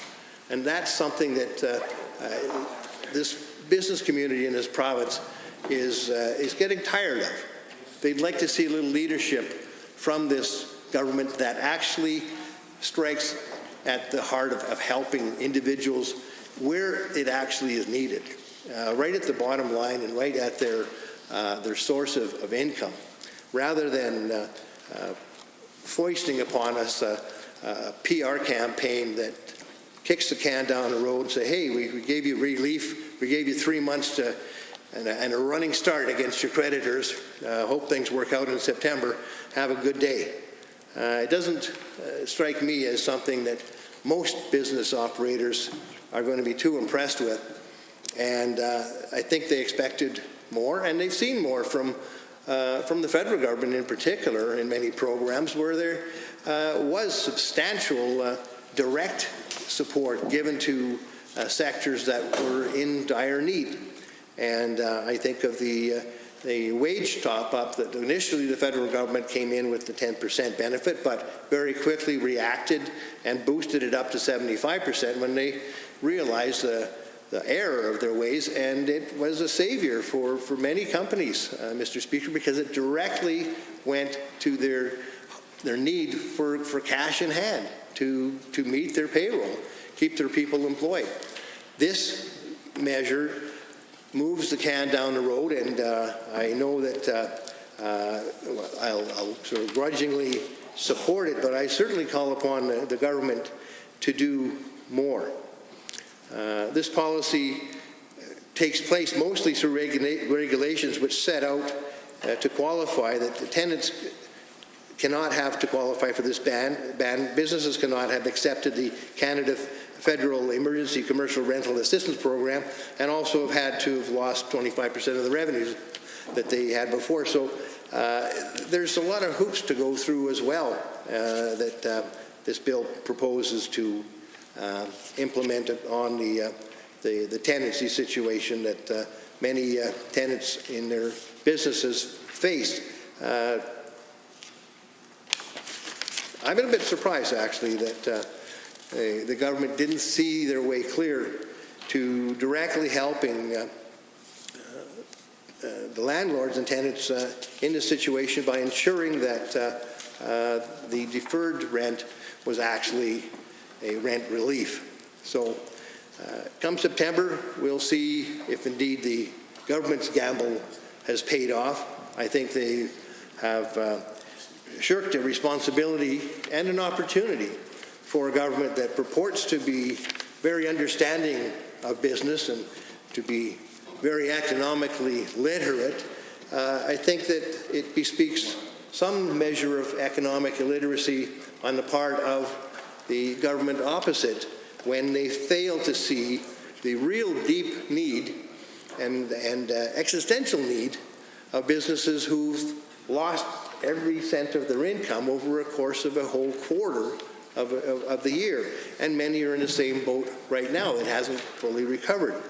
So without economic relief, Mr. Speaker, if tenants do not have a way to pay, this is when the tenants and landlords are sitting down to come to an agreement that is something the government is hoping, pleading, begging, wishing that they might actually do. Without economic relief, if tenants do not have a way to pay the rent, it doesn't matter if the payments are delayed, they still can't afford the rent. The UCP have used this same talking point for residential evictions, and we see it's not true. Just ask the member for Cypress Medicine Hat, who evicted tenants even though they tried to make an agreement. Now, this bill fills in gaps for the Federal Canada commercial rent assistance. It just postpones payment for rent. Now, this government certainly benefited from direct cash receipts when it needed to find a way to pay its own staff, but their sugar daddy in Ottawa, Mr. Trudeau, and the Liberal government led the way also in showing them how to directly benefit employers when they were looking to create a system of relief for them to keep their employees on the job by 75% subsidy for their wages. Now, we've looked at this situation, Mr. Speaker, and we've noticed that there were things that should be done, and I basically laid out some of them, but there were a survey that the NDP conducted, and actually it was the Canadian Federation of Independent Business conducted, and based on that survey, the NDP caucus called for various policies to help businesses struggling to pay rent on May 21, 2020. We proposed banning commercial rent evictions. Honourable Member, Standing Order 29-2A is available if anyone has a brief question or comment for the Honourable Member for Edmonton-McClung. The Honourable Member for Edmonton Goldbar. Thank you, Mr. Speaker, and I understand that my friend from Edmonton-McClung was cut off in the middle of his comments, and I was just wondering if he would like to finish that particular thought, and if he had any other additional thoughts that he'd like to share with the House in the time remaining. The Honourable Member for Edmonton-McClung.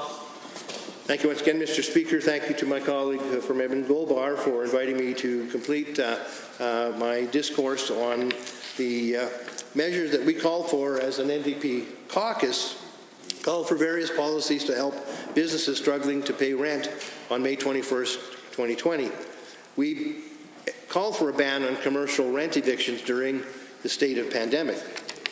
We asked that we go back to the drawing board on the CECRA, either rewriting criteria or pulling Alberta's investment in order to build our own program for commercial renters. We called for grants ranging from $5,000 to $10,000 for physical business improvements and startup costs to comply with public health orders, something that Mr. Speaker's office has seen wise to offer to MLAs in the form of $1,000 to do some physical distancing improvements and physical building projects within offices to keep members of the public, our staff, and ourselves safe in our constituency offices. So that's something we call for, and I'm glad to see the Speaker's office and the Legislative Assembly office has seen the wisdom of that type of investment. We've called for direct relief on utility bills that go beyond just referrals, or deferrals, I should say, as this government is favoring. They seem to think that kicking a can down the road and crossing their fingers is going to solve the problem, but we don't feel that is the case, and neither do Alberta businesses. They're concerned about what's going to happen come September 1st when the deferral ends and the debt is still there. Their lenders are going to be on their backs and their landlords will be there right with them. Now, the PPE acquisition plan led by the provincial government that would include a list of verified vendors so businesses know who to trust. That was something we promoted as a result of the survey, because we wanted to make sure that people who were in business wanting to supply their business and their customers with PPE so that they could operate safely should have a verified vendors list. As we've seen now, what's happened is it's a free-for-all out there. You don't really know what you're getting, where, and some of the prices are exorbitant, some of them are realistic, but certainly having a verified vendors list would have been an idea well worth implementing to avoid some of the confusion over where a business and indeed the public could get PPE other than the drive-through window, which of course was basically the fast food restaurants tossing them out the door to get rid of them as quickly as possible. That was a pretty poorly thought out method of getting PPE into the hands of the public. It certainly wasn't very equitable. Now, we also called for a freeze on business insurance premiums retroactive to March 18, 2020, and to provide a 50% reduction on those premiums until December 31st, 2020. And I certainly heralded this call because insurance premiums on a business that is not operating as usual, being kept at the same level, is not inherently fair. I mean, the level of break-ins went way down because, of course, nobody was moving around, including criminals during the pandemic period. People, indeed, weren't going and visiting these businesses, so the rate of risk was lower for the insurers, yet the insurance premiums were remaining in place at their former levels. And as a result, tenants were paying for insurance that they weren't against risks they were no longer facing. So we thought that should have been done, yet of course that never was adopted by the government. We think the government has failed to seize an opportunity to support small businesses in a direct way, and that's why we've been talking to them and we developed these positions. Honourable members, is there anyone else wishing to add to the debate this evening? The Honourable Member for Edmonton Gold Bar has risen. Thank you, Mr. Speaker. And first of all, I want to thank my friend from Edmonton McClung for making some very insightful points about this bill. I do want to state that we do support this piece of legislation, even though it is too little too late in our view. I do want to say that it strikes me as odd that we are 3 months into the pandemic here in Alberta and the correlating economic depression that we find ourselves in, where 500,000 Albertans are either out of work or have had their hours significantly reduced as a result of the pandemic. And this is the first time that the Minister for Economic Development and Trade has proposed any kind of legislation to this House. And it's very narrow in focus, only lasts a couple of months. It makes me wonder, Mr. Speaker, what the Minister is up to and what her cabinet colleagues are up to with respect to addressing the serious economic collapse that Alberta is facing. I don't think the government really fully understands, or if they do, they're not communicating that they understand the seriousness of the economic situation that we find ourselves in. With unemployment the highest it's been since the Great Depression, and we suspect that the economy will contract more than it has in any year since the Great Depression. You know, a few eviction bans here and a couple of utility deferral payments there and a pipeline to Texas, while those are significant steps that will help a few people, are not enough to address the serious economic concerns that are facing the people of Alberta. And I hear from my constituents every day that this government needs to do more for more people and much more quickly. And I think that is true when it comes to the issue of assisting small businesses with covering their bills. Now, one of the things that I note, it's when I'm reading the legislation, is that, first of all, yes, that this only bans evictions until the declared state of emergency here in Alberta ends, and I believe that that end date is August 15th, although it varies according to the ministry and the kind of order, but it's my understanding, Mr. Speaker, that this bill will be in effect until August 15th. I do not think that we will be out of the emergency stage of this pandemic by the end of August 15th. It was with great concern that I read in various articles a couple of days ago that worldwide we have seen the highest number of reported cases of COVID of any date to this point. We've crossed, I know the United States has crossed 120,000 deaths, still leads the world, but Russia and Brazil are rapidly catching up to them, unfortunately.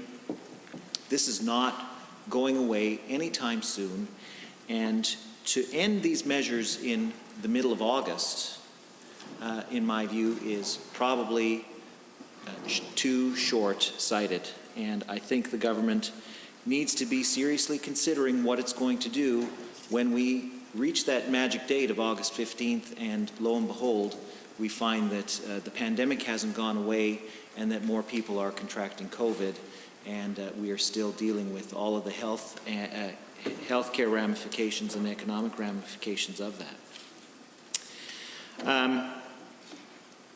So it only bans evictions until the emergency ends, which, Mr. Speaker, as I said, is probably not long enough. And it's unfortunate, Mr. Speaker, that the government has not decided to extend this kind of eviction ban to residential and mobile home site tenants, who are also bearing the brunt of the economic collapse that is facing Alberta. I am sure that a large number of the 500,000 Albertans who have found themselves out of work or have had their hours reduced are probably renters. I don't know the statistics on that aren't available, Mr. Speaker, but I would assume, since all of the economists tell us that it's the people on the lowest end of the pay scale who are who have lost their jobs, have lost hours as a result of COVID, those are the people who are probably also renting their accommodations. So it's unfortunate that the government is extending to is not extending to residents, people who rent their homes, the same kind of protections that they are offering to businesses in this province. And I would strongly urge the government to go back to review and consider at least treating people who rent their homes with the same kind of respect and concern that they're giving to commercial renters as they are in this bill. The second thing that I want to raise is the issue of how disputes around the issues of payment of rent will be settled.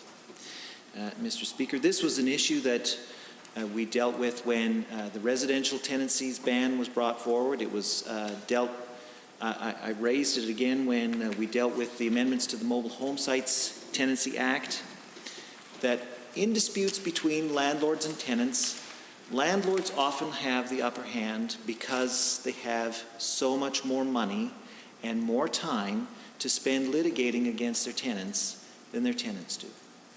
And I think that's probably more true when it comes to commercial rentals than it is when it comes to residential rentals, Mr. Speaker.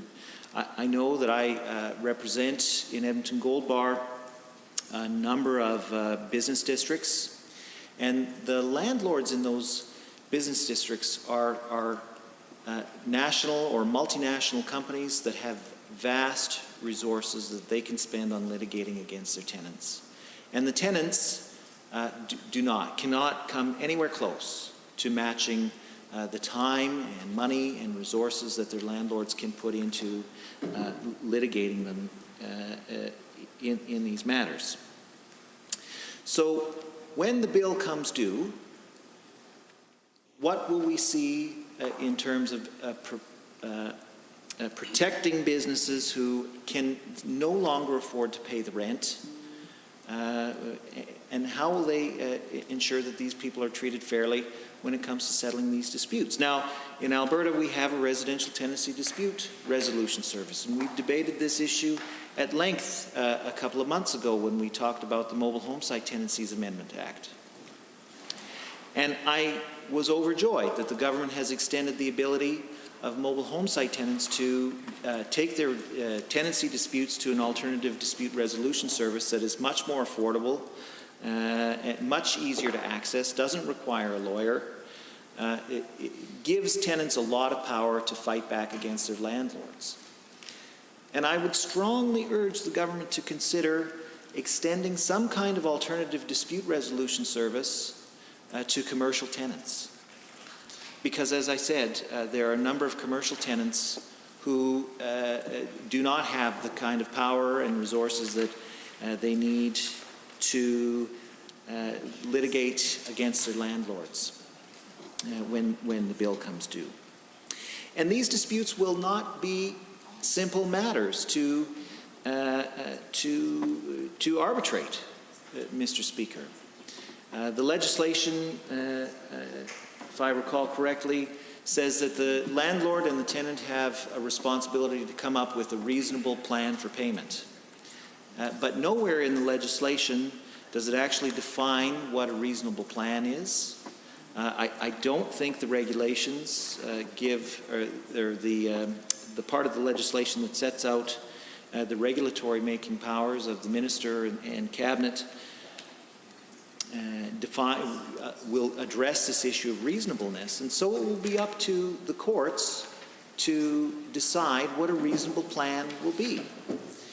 And Mr. Speaker, the problem is that this is uncharted territory for our legal system. We've never before this pandemic had a requirement for landlords and tenants to come up with a reasonable plan for payment of deferred rents.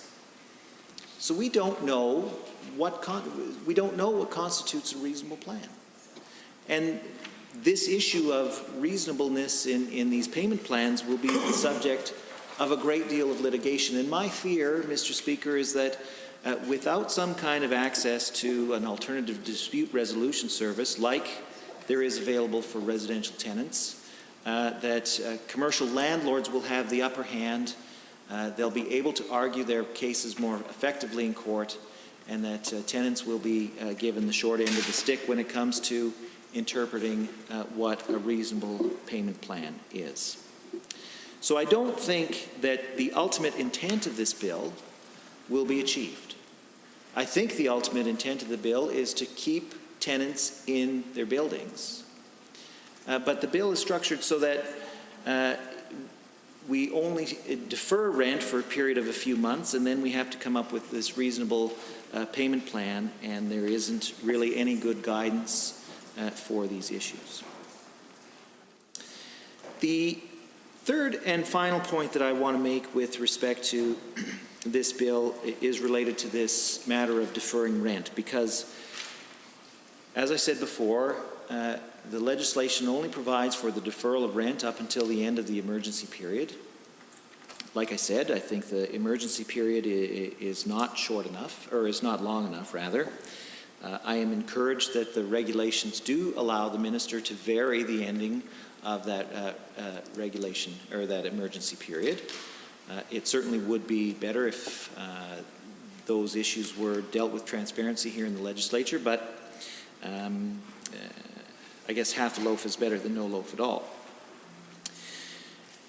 But the issue is that a lot of commercial tenants will not be able to pay their rent once the emergency period has expired, whenever it expires.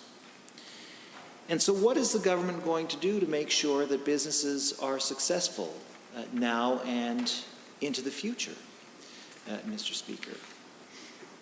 This this bill does not address any of those issues of what it will take to keep businesses functioning. Now, I know that the members opposite appreciate my recommendations and they take them seriously and act on them quickly, Mr. Speaker. And so in this instance, I have a number of helpful suggestions that I hope that they'll implement in short order. One of the first things that government can do to restore business confidence is to improve confidence in the healthcare system's ability to deal with COVID. So, you know, the Premier months ago stated that he wanted to have a testing capacity in AHS of, I think it was more than 10,000 tests a day.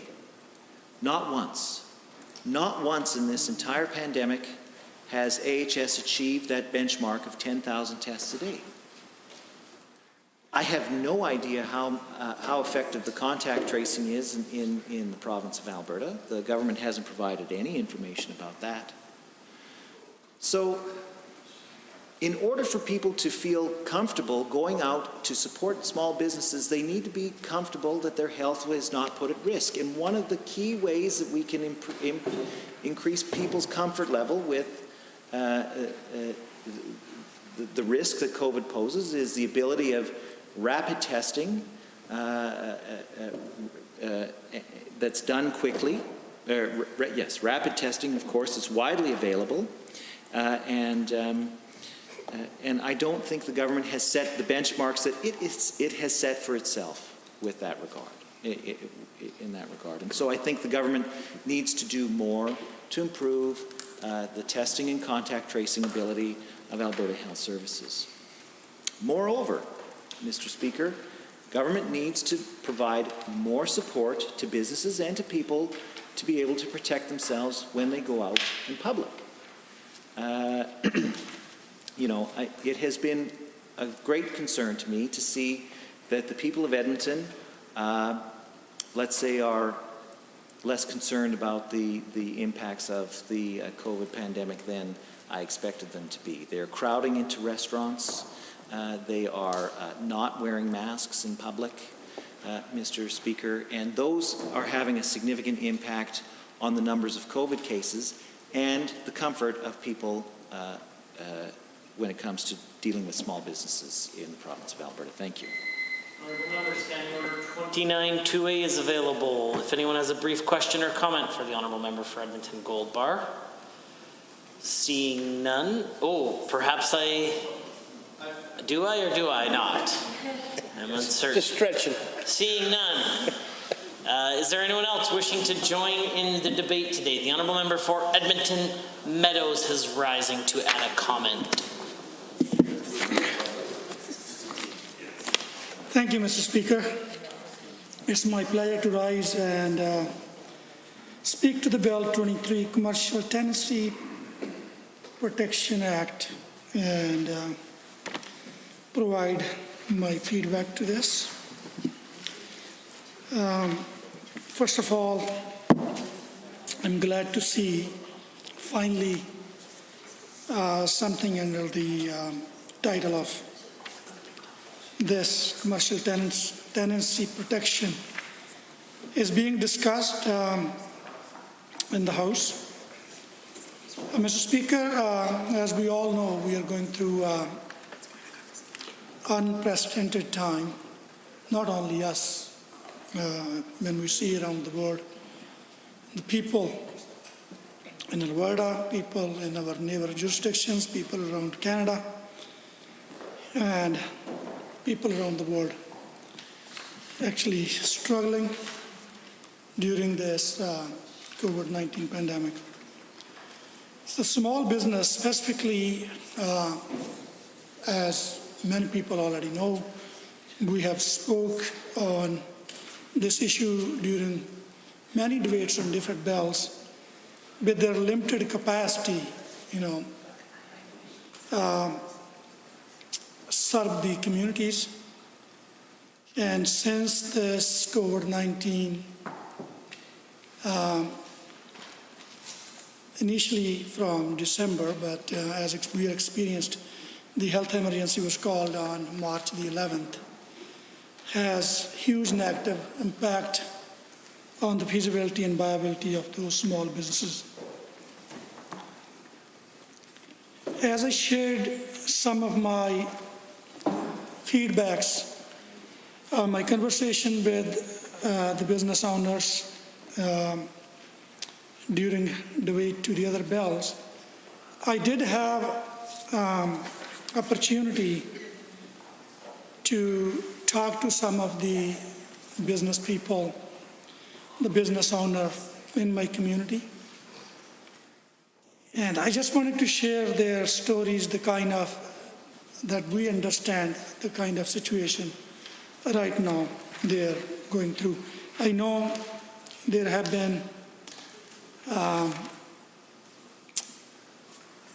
lot of information, and I remember that the statements from the Premier and statements from the Chamber of Commerce and the CFIB,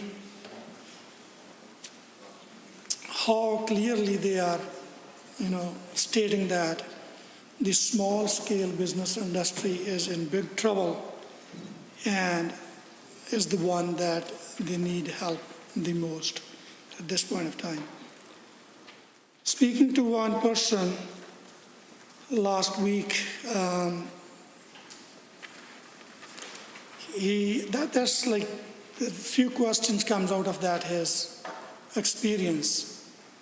He opened up daycare not really a year ago and invested a whole lot of his savings on this. And all of a sudden, since March, the businesses were closed, and his business falls into the phase 1 of relaunching strategy. But as of today, his facility does not have even nearly enough, and not even saying that he would have nearly enough. He doesn't know if he's going to have nearly enough children coming to his daycare that will soon, he can imagine, can become self-sustainable. So forget about their salaries. They have laid off their staff, and they cannot have all the staff. They applied for wage subsidies, and they can have only some staff because they know they cannot really project, they cannot really see they have enough work for everyone. And the rent itself is like $12,000, the gentleman was explaining, and he needs minimum of 40 children in order to break even his operating cost. And so far yet, he has 10, so he doesn't know what's going to happen. The other business owner owns a franchise in the riding of the member just spoke, Gold War.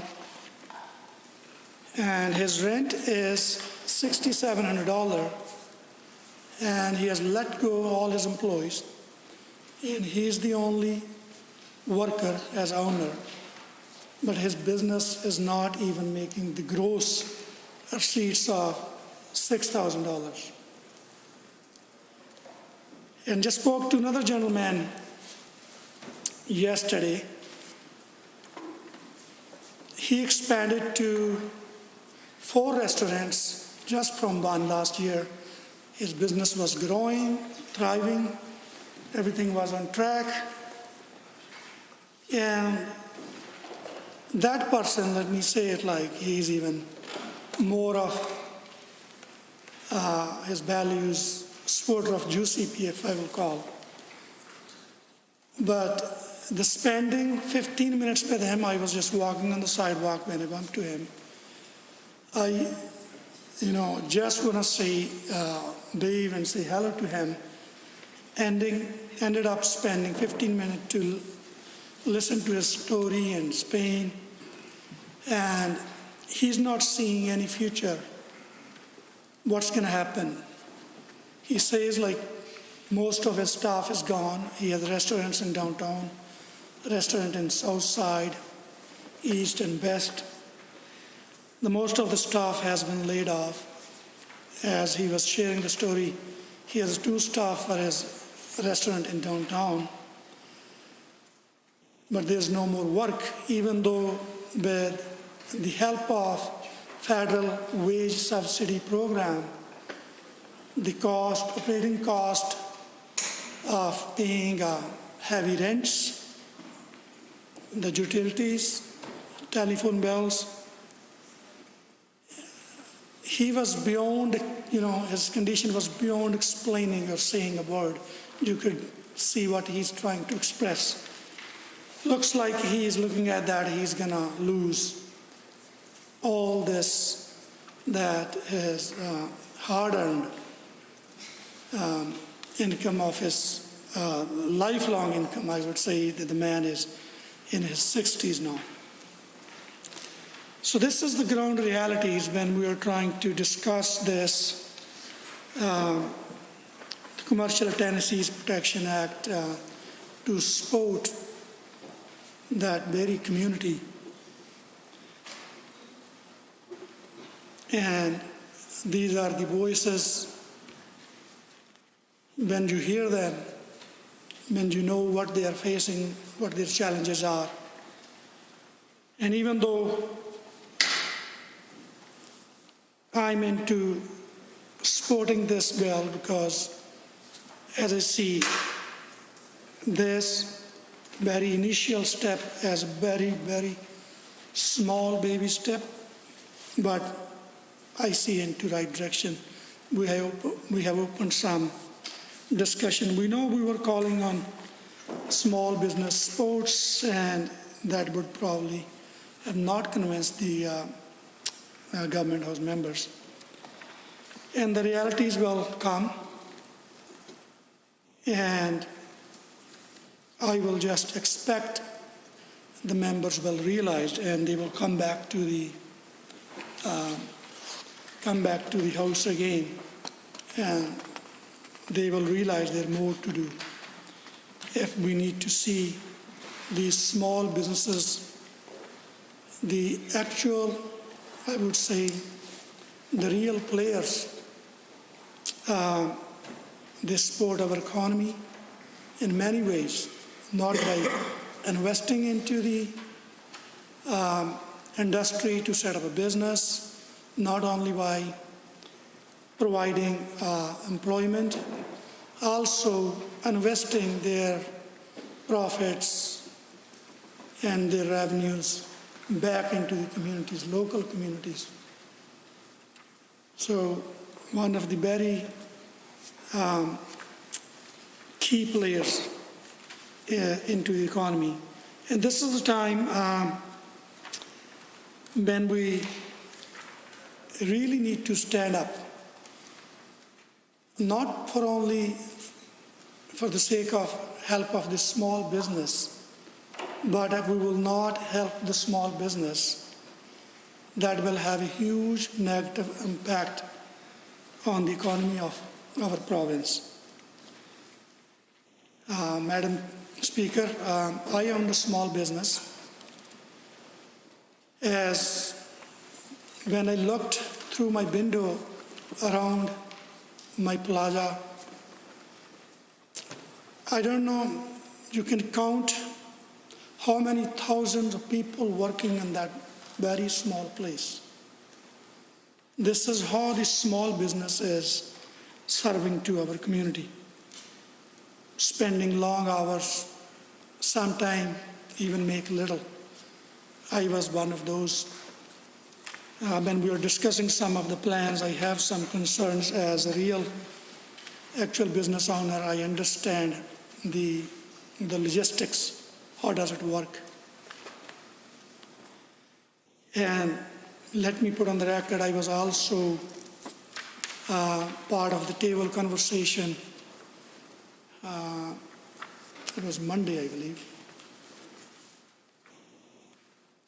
where I helped negotiation between the landlord and 5 of his tenants. So they finally agreed to apply for the federal Canada Emergency Commercial Rent Assistance Program, where landlord have to participate and contribute 25% of the rent cost. And that is the very voluntary option. And most of the landlords, specifically of those, they are large corporations. And I do remember the comments from one of the tenants set up a new business not long ago, maybe 7 or 8 months ago, and got into this situation, didn't even started withdrawing their wages properly. And they were thinking that, this was still time of their commitment to invest their time and their salary back to the business to let it grow. And their landlord did not sit with them, did not agree to participate in this federal program. And more of this, the tenant was quite angry. She said, when I went on the website, even though this large corporation claims of being the corporation of $12 billion, and they were not willing to participate in that. So that is what I, arose in the House before, and I would say today, the federal rent assistance program is kind of incomplete. Our provincial government needs to get it on the table and play their role right now. What I understand is I'm happy to listen and learn if my information is not complete or correct. So the federal program provides 50%, tenant participates by paying in 25%, and landlord bears the other 25%. That's where the problem is. That's where landlords choose to participate or not to participate in this program. So I remember that part of the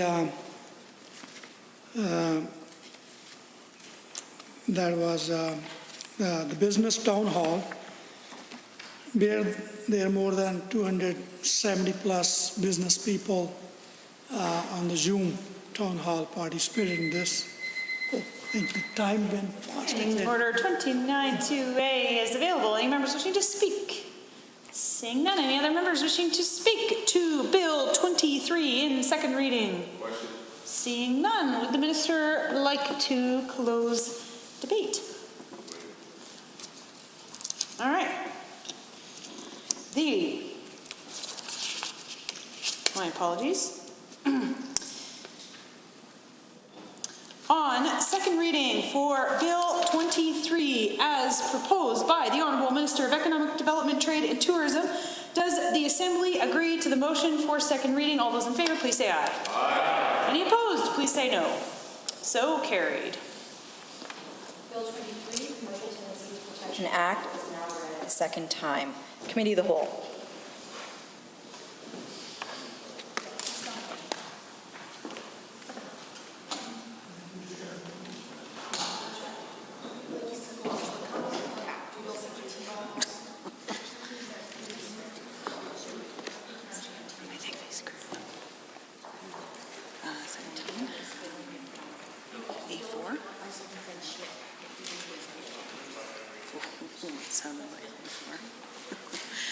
Honourable members, I'd like to call Committee of the Whole to order. Committee of the Whole has under consideration Bill 17, the Mental Health Amendment Act 2020. Are there any members wishing to speak? The Honourable Member for Calgary-Buffalo. Thanks very much, Madam Chair.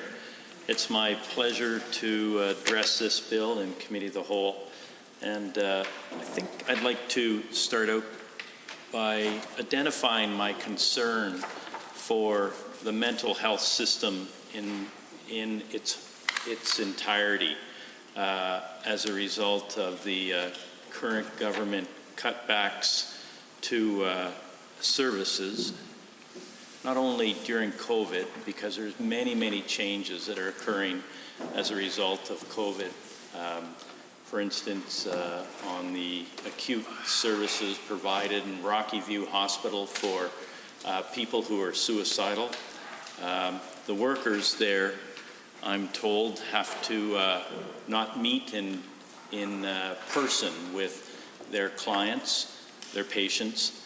They meet through video conference, and that's one of the things that is talked about in this amendment, that video conferencing will be something that can take place to facilitate access.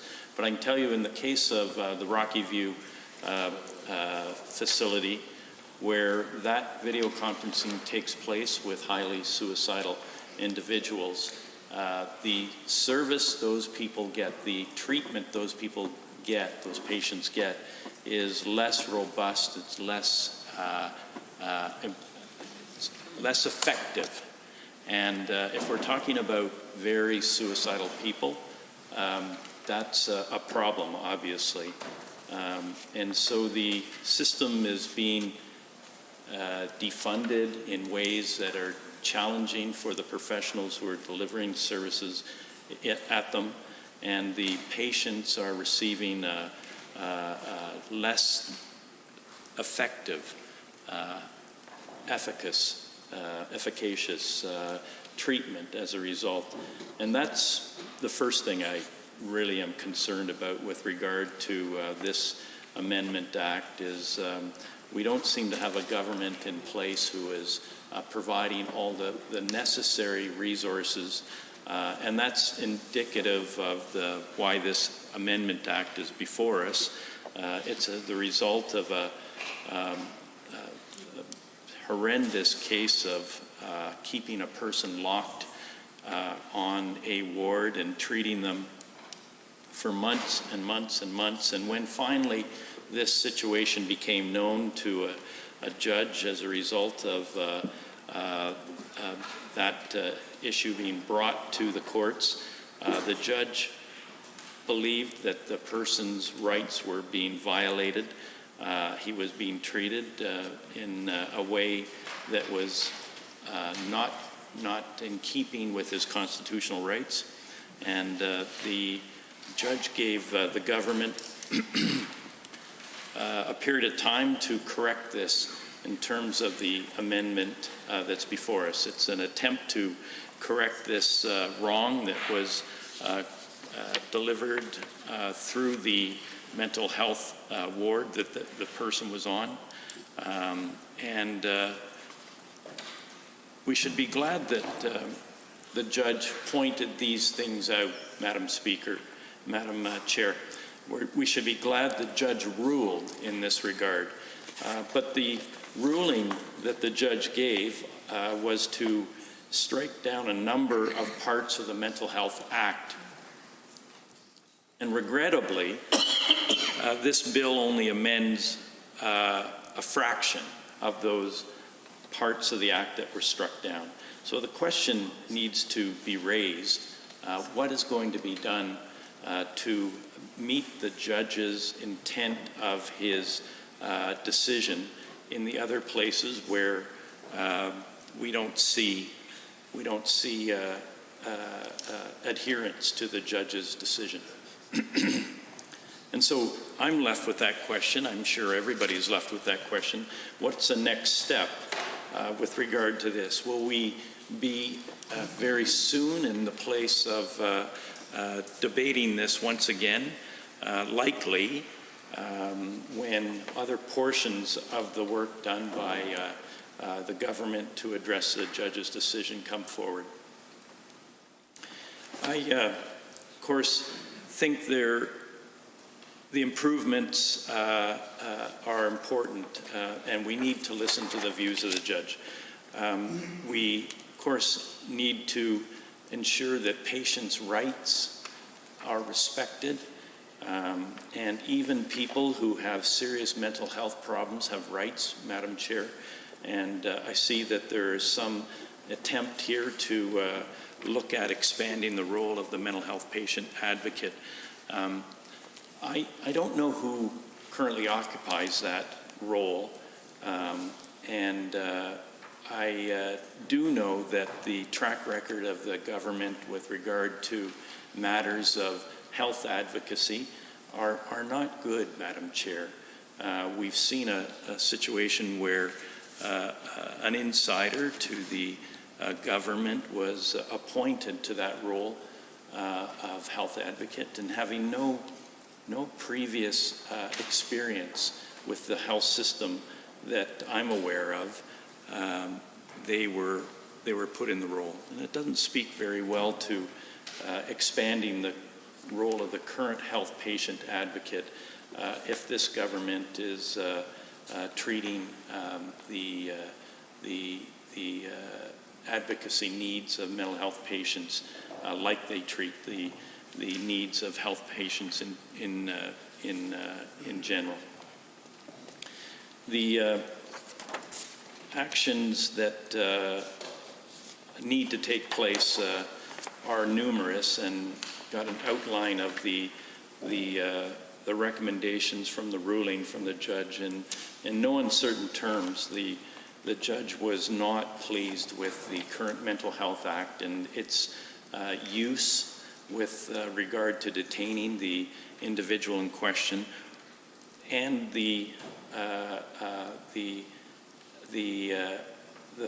many issues that were overlooked with regard to this patient that weren't consistent with the Mental Health Act. The summary and conclusions from the judge are clear, and they are concerning, and they should be concerning for anyone who has taken a look at them and read them. He goes after the detention provisions, and he cites 6 areas where he believes there was infringements taking place with regard to the detention of that individual. And as I said, the thing that concerns me and should concern all of us is that the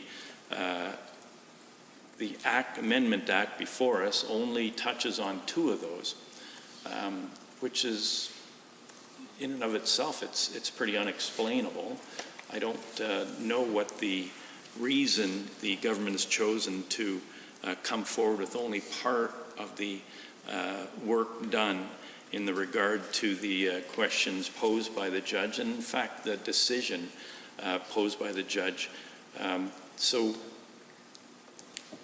I'm disappointed that we didn't see further recommendations. I don't know why some of them were ignored or partially included in this legislation. And another issue that has come up as a result is the expansion of people who can make decisions with regard to this mental health status of people who are experiencing mental health problems. And the one addition that I think is clear is nurse practitioners will be able to examine and supervise patients receiving community treatment. They'll also be able to work with psychiatrists and physicians to look at the committing people under mental health orders. Now, that's in and of itself not a bad thing, but of course we want to ensure that the nurse practitioners in this case have the adequate knowledge, they have support, and they have the ability to consult readily with psychiatrists and others who are in the facilities. And as I started out saying, I'm concerned about all of that because of the pressure the system is under as a result of the government's underfunding of the system. the pressure that patients are under as a result of not having adequate resource people in place, not only nurse practitioners, but therapists, social workers, physicians, and psychiatrists. The example I gave in terms of the Rocky View Hospital is a real one. They have been under tremendous pressure. Their treatment space where people could stay has been reduced to give way to the amount of surge space that was talked about being necessary in the event of hospitalization of COVID-19 patients. So they've had to give up space, they've had to give up direct counseling, face-to-face counseling with people, and they've had to step back and use electronic means to make all that happen. And I don't, as I say, I think that's very challenging in terms of knowing what a person's mental health status is when you are only able to connect in video conferencing with them. And certainly video conferencing is something we're all needing to, having done a lot of it over the last 3 months or so, but it's not an ideal medium for the kind of emotive understanding, the picking up of nuanced feelings and emotions that even people who are in the throes of mental health challenges and breakdown express. So, Madam Speaker, I think that some of these provisions that are in the Amendment Act bill aren't necessarily improvements for the work that necessarily needs to be done to treat people with mental health challenges. I think the parts of this bill that, as I said, make sense are strengthening patient rights, and some of the things that are in Bill 17 would provide greater patient rights, include providing the patient with free, timely access to their medical records, information about legal counsel, and information about the mental health patient advocate. Those are three things that the judge was very strongly recommended that people need recourse to those things because, in fact, they need information. They need their own records, and they need to know what their avenues for support are outside of the outside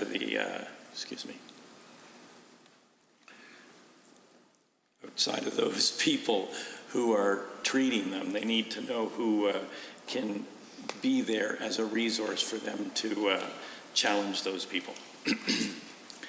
So, Madam Chair, I have a bit of a frog in my throat, but I am concerned that we don't have all the information necessary to make a good decision based on the information that's before us, and that that'll only come at a later date when the government comes back with further information on Bill 17 to address the missing parts that are here. The issues that I brought up won't go away without further amendments, and the judge's ruling won't be something that gets adhered to until further information comes before us. So these are some of the concerns I have, and I think colleagues of mine will also be talking about similar things. A colleague of mine is addressing my needs to address this frog in my throat. Excuse me.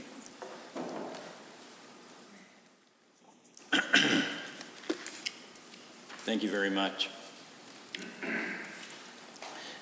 So I, of course, think Alberta Health Services is working as best they can in some pretty challenging times. But this issue came before us, came before the individual far before COVID.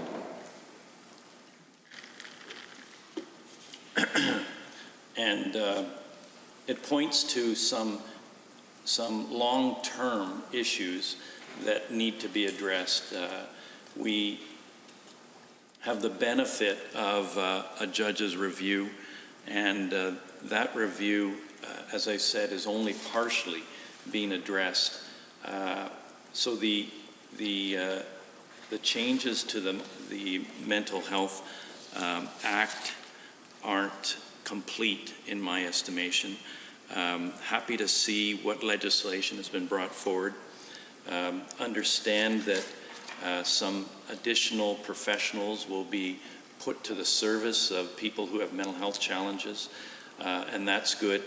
Understand there may be some additional mediums allowed to make decisions on people as in video conferencing.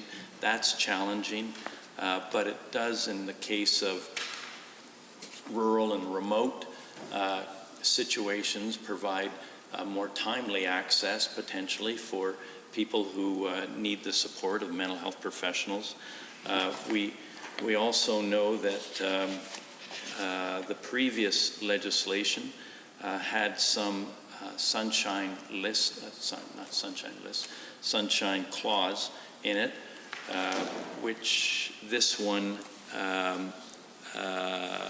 overlooks, and that's not a good thing because, as the judge has indicated, a review of the Mental Health Act was certainly warranted in the treatment of one person, and there should be regular consideration of whether the Mental Health Act continues to meet all the needs of people in Alberta who are held under that act.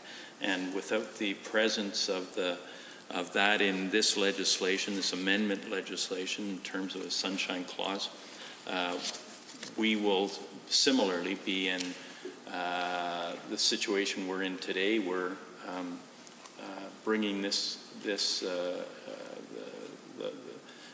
Mental Health Act and the reasons this person was held in hospital to court is the only way that there seems to be a review of the Act, unless it's brought forward by government, but there's no indication that there's a sunshine clause that will do that.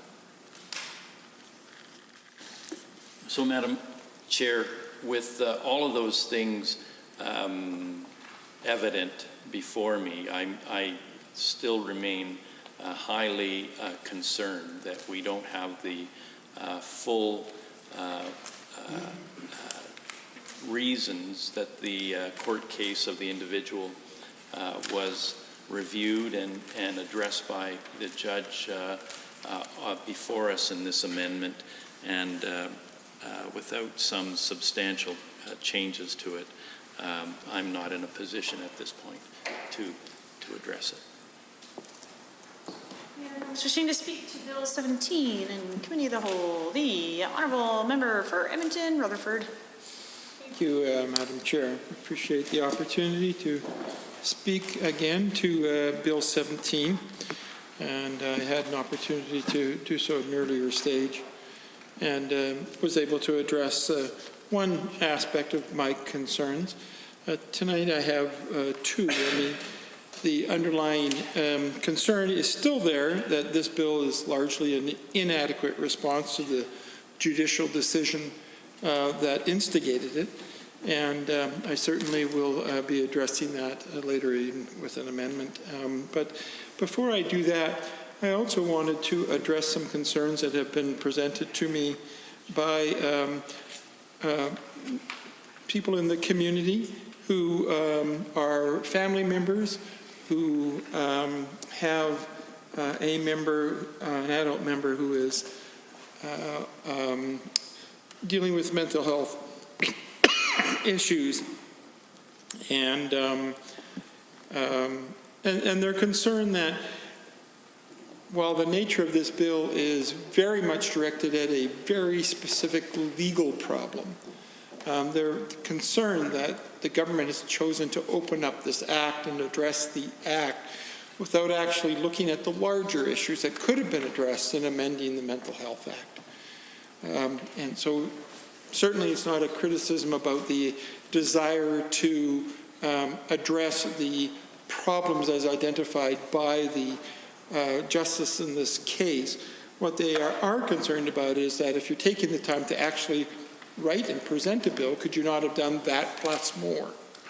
And they do have a number of ideas and thoughts about what that more could be about, and that's really focused around trying to shift the Mental Health Act from being an act which is about social control to an act that is more about therapeutic response, and that would help us to address these mental health issues in a way that really is from much more of a helping perspective and less from a legalistic controlling perspective. And so they would like to see the introduction of more non-confrontational responses. Just as in the justice system, for example, we have incorporated things like healing circles or restorative justice practices and so on. They would have liked to have seen this act include more of those kind of therapeutic problem resolution pieces, rather than this very narrow focus on absolute rights. Not that that isn't very important, we all support that, but they're asking for a plus and in terms of responding to the Mental Health Act. They also have made some requests that we really look at the role of police in this process, and that we really try, thank you very much, try to avoid the sort of criminalization of mental health. It does seem dry this evening, doesn't it? The criminalization of mental health, mental illness, and that while there's an acknowledgement that there is a need for police involvement in some situations, that we have seen all too often that a legalistic, police-oriented response to mental health issues can be quite problematic. We've seen the death of some members of the Indigenous community in Canada recently, and other individuals, when the response was about social control and not about therapeutic intervention. And so, again, these family members thought that this was an opportunity while you were presenting a bill in the House to actually look at how can we make that shift away from that kind of police control response to more of a social intervention, supportive response. And the third piece, of course, that they're asking for is just to take a more holistic approach to dealing with mental illness, so that we can try to really reduce the amount of the problem with the revolving door, people going in and out of treatment and not being in an effective supportive place. So I just wanted to share some of the ideas from some of the family members who are saying, well, they understand the purpose of this bill and what it was trying to do in terms of addressing the justice's concerns about the rights of the patient. They also thought it was an opportunity to add more and to make the shift that is being called on by many people in the community right now to find more therapeutic, restorative ways of dealing with issues of mental health, and not always being confining ourselves to the legalistic, controlling ways. So having said that, because I think that is extremely important, I would like to go on to to some suggestions for changes to the bill itself in addressing the concerns. And as a result, I would like to introduce an amendment at this time.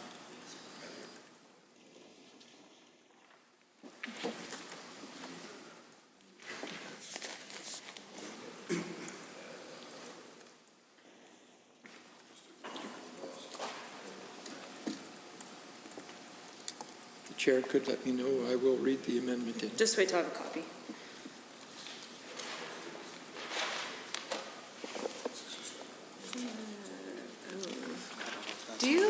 Honourable Member, do you have the original?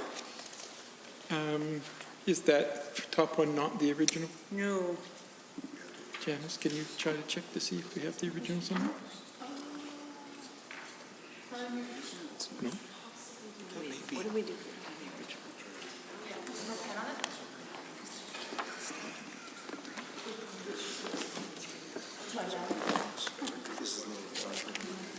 Can you maybe check on the desk out? No, we have it. Oh, it's here. Oh, it's just in the wrong hands. I'm sorry.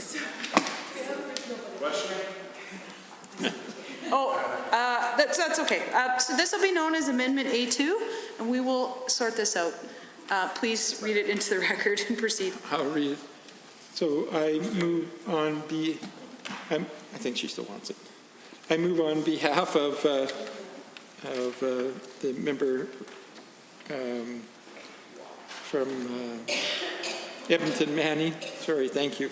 The following amendment to Bill 17, the Mental Health Amendment Act 2020.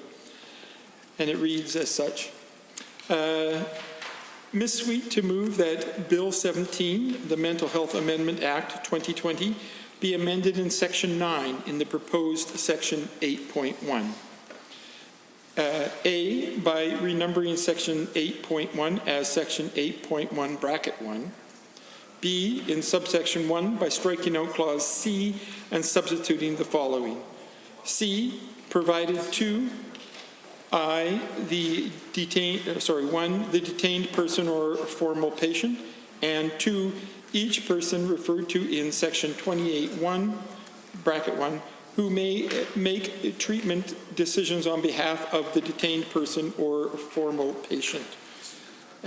C, by adding the following after subsection 1. 2, if during its review of an admission certificate or renewal certificate under subsection bracket 1, bracket A, the board determines that the certificate has not been completed in accordance with sections 6 or 9, respectively, the board must A, not take any further action under subsection 1 in respect of the certificate, B, return the certificate to the qualified health professional who issued it with instructions specifying its deficiencies, and C, suspend the certificate's validity until the board is satisfied on resubmission of the certificate for its review that the deficiencies have been addressed. So I just want to take a moment to talk a little bit about the need for these amendments to Bill 17. Essentially working just to clarify some of the information that is in the Act, in the revisions as they are being presented now. Looking, for example, at the addition of C, which is the if during the review, the admission certificate or renewal certificate under subsection 1A, the board determines it has not been completed in accordance. Clearly, that would mean that if there is a problem with the certificate as it's been issued, then I think it's very important that we be very clear in the Act what needs to be done to remedy that problem so that it is not allowed to continue to be in a force or in effect for a period of time while the remedy is being sought. I think it's really important that we not simply, sort of identify that there is a problem with the certificate, but that we actually have a mechanism for ensuring, first of all, that no action is taken in response to that certificate given that it is deemed to be inadequate.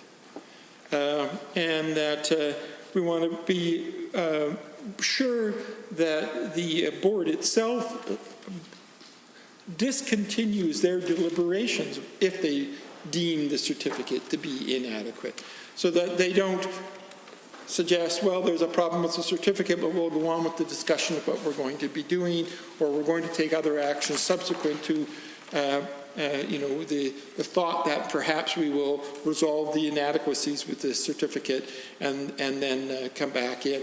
At the point at which that the inadequacy is determined, it is very important that the process stop at that time, and that the Act is very clear that the process should stop at that particular time, and that the certificate should be returned to the qualified health professional who issued it, which the previous Act did say it should do. But in this case, we've added that it also must have instructions specifying its deficiencies. So it isn't enough simply to say that somehow this certificate is inadequate and therefore is not being accepted, but that the board has a responsibility to identify what those deficiencies are so that they may be specifically readdressed. It's just a matter of providing clarity. I don't think it's particularly significant in changing the intention of this Act at this particular time, but it certainly provides direction to the board to ensure that activities do not continue in a way that may be deemed to be illegal later on. Having been able to identify the specific deficiencies in the certificate, then that will allow the board to be able to identify subsequently whether or not those deficiencies have been specifically addressed.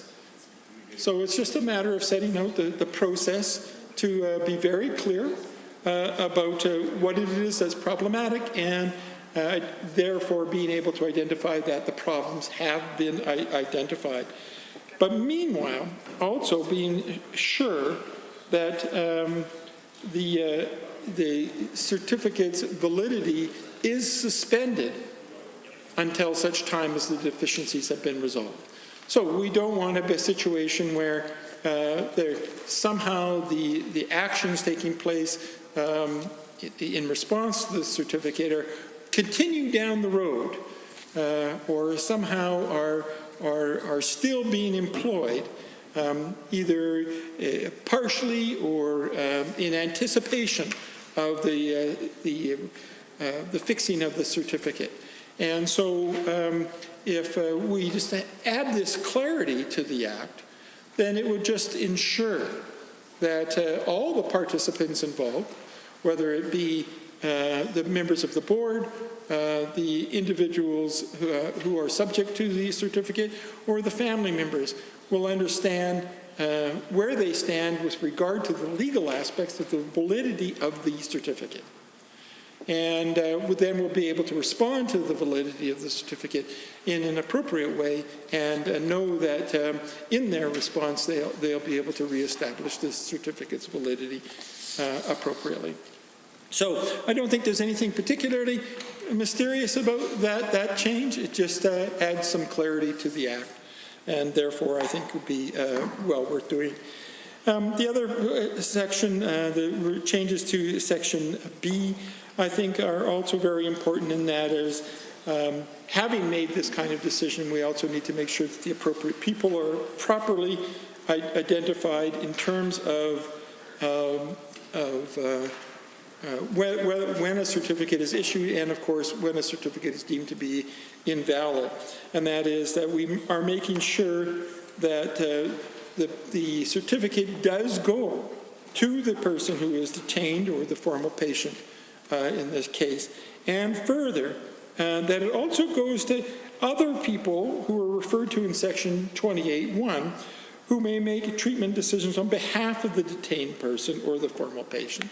So I think that that's important, that when a certificate is issued, that all the people who will be governed by the nature of this certificate in terms of being provided some authority or having some of their rights diminished subsequent to the certificate are well aware that they are in the position of being responsible for the intent of that certificate, and therefore are able to act appropriately. If it's in the case of the patient or the person who's being detained, they can see that they have indeed been subject to a certificate and are able to respond to it in a way that they feel appropriate, perhaps by seeking legal counsel, as we've recommended previously in terms of amendments we'd like to see, or some other kind of advocate to work for them. And of course, for people who are in the mental health field, who are working with that patient, that they also are very clear that a certificate has been issued and that their medical practice at this point is now something that is guided by the certificate itself. So everyone involved just knows that the certificate is there, they've seen it, they've had it delivered to them, and they can act appropriate to that information. So I would just ask the House to seriously consider these amendments. They are just supportive and intended to help this act. And I'm adjourned debate. And at this point, I would like to adjourn debate on the amendment. On the amendment? Having heard the motion to adjourn debate on the adjourn debate on the amendment, can you do that? We're going to adjourn debate. Let me ask the question. Having heard the motion to adjourn debate, all those in favor, please say aye. Aye. Any opposed, please say no. So carried. The Honourable Minister of Transportation. Thank you, Madam Chair. It's the time of the evening where I think we've made pretty good progress. There's been some pretty good debate, and at this point, I would move that we adjourn the House until 1:30 p.m. tomorrow. Did you want to rise and report? Pardon me? Oh, first we need to, yes, rise and report. One of those nights. Okay, Yes. we are going to rise and report. First we'll rise and report if that suits the House. Progress on 17. Okay. All right.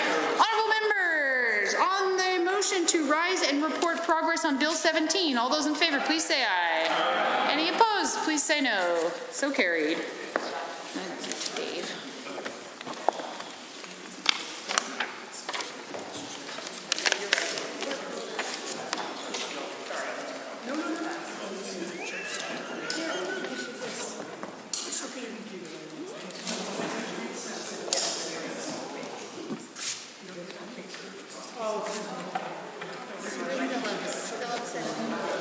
The Honourable Member for Bonnyville, Cold Lake, St. Paul. Thank you very much, Madam Speaker. The committee of the whole has had under consideration a certain bill. Committee report progress on the following bill, Bill 17. Madam Speaker, I wish to table copies of all amendments considered by committee of the whole on this date for the official records of the Assembly. Does the Assembly concur in the report? All those in favor, please say aye. Aye. Any opposed, please say no. So carried. The Honourable Minister of Transportation. Now, Madam Speaker, this brand new member of the Legislative Assembly would like to move that we that the House adjourn until 1:30 p.m. tomorrow. Well, senior members of this Assembly moves that we adjourn this House until tomorrow, 1:30 p.m. All those in favor, please say aye. Aye. Any opposed, please say no. So carried. House stands adjourned until 1:30 tomorrow. Order.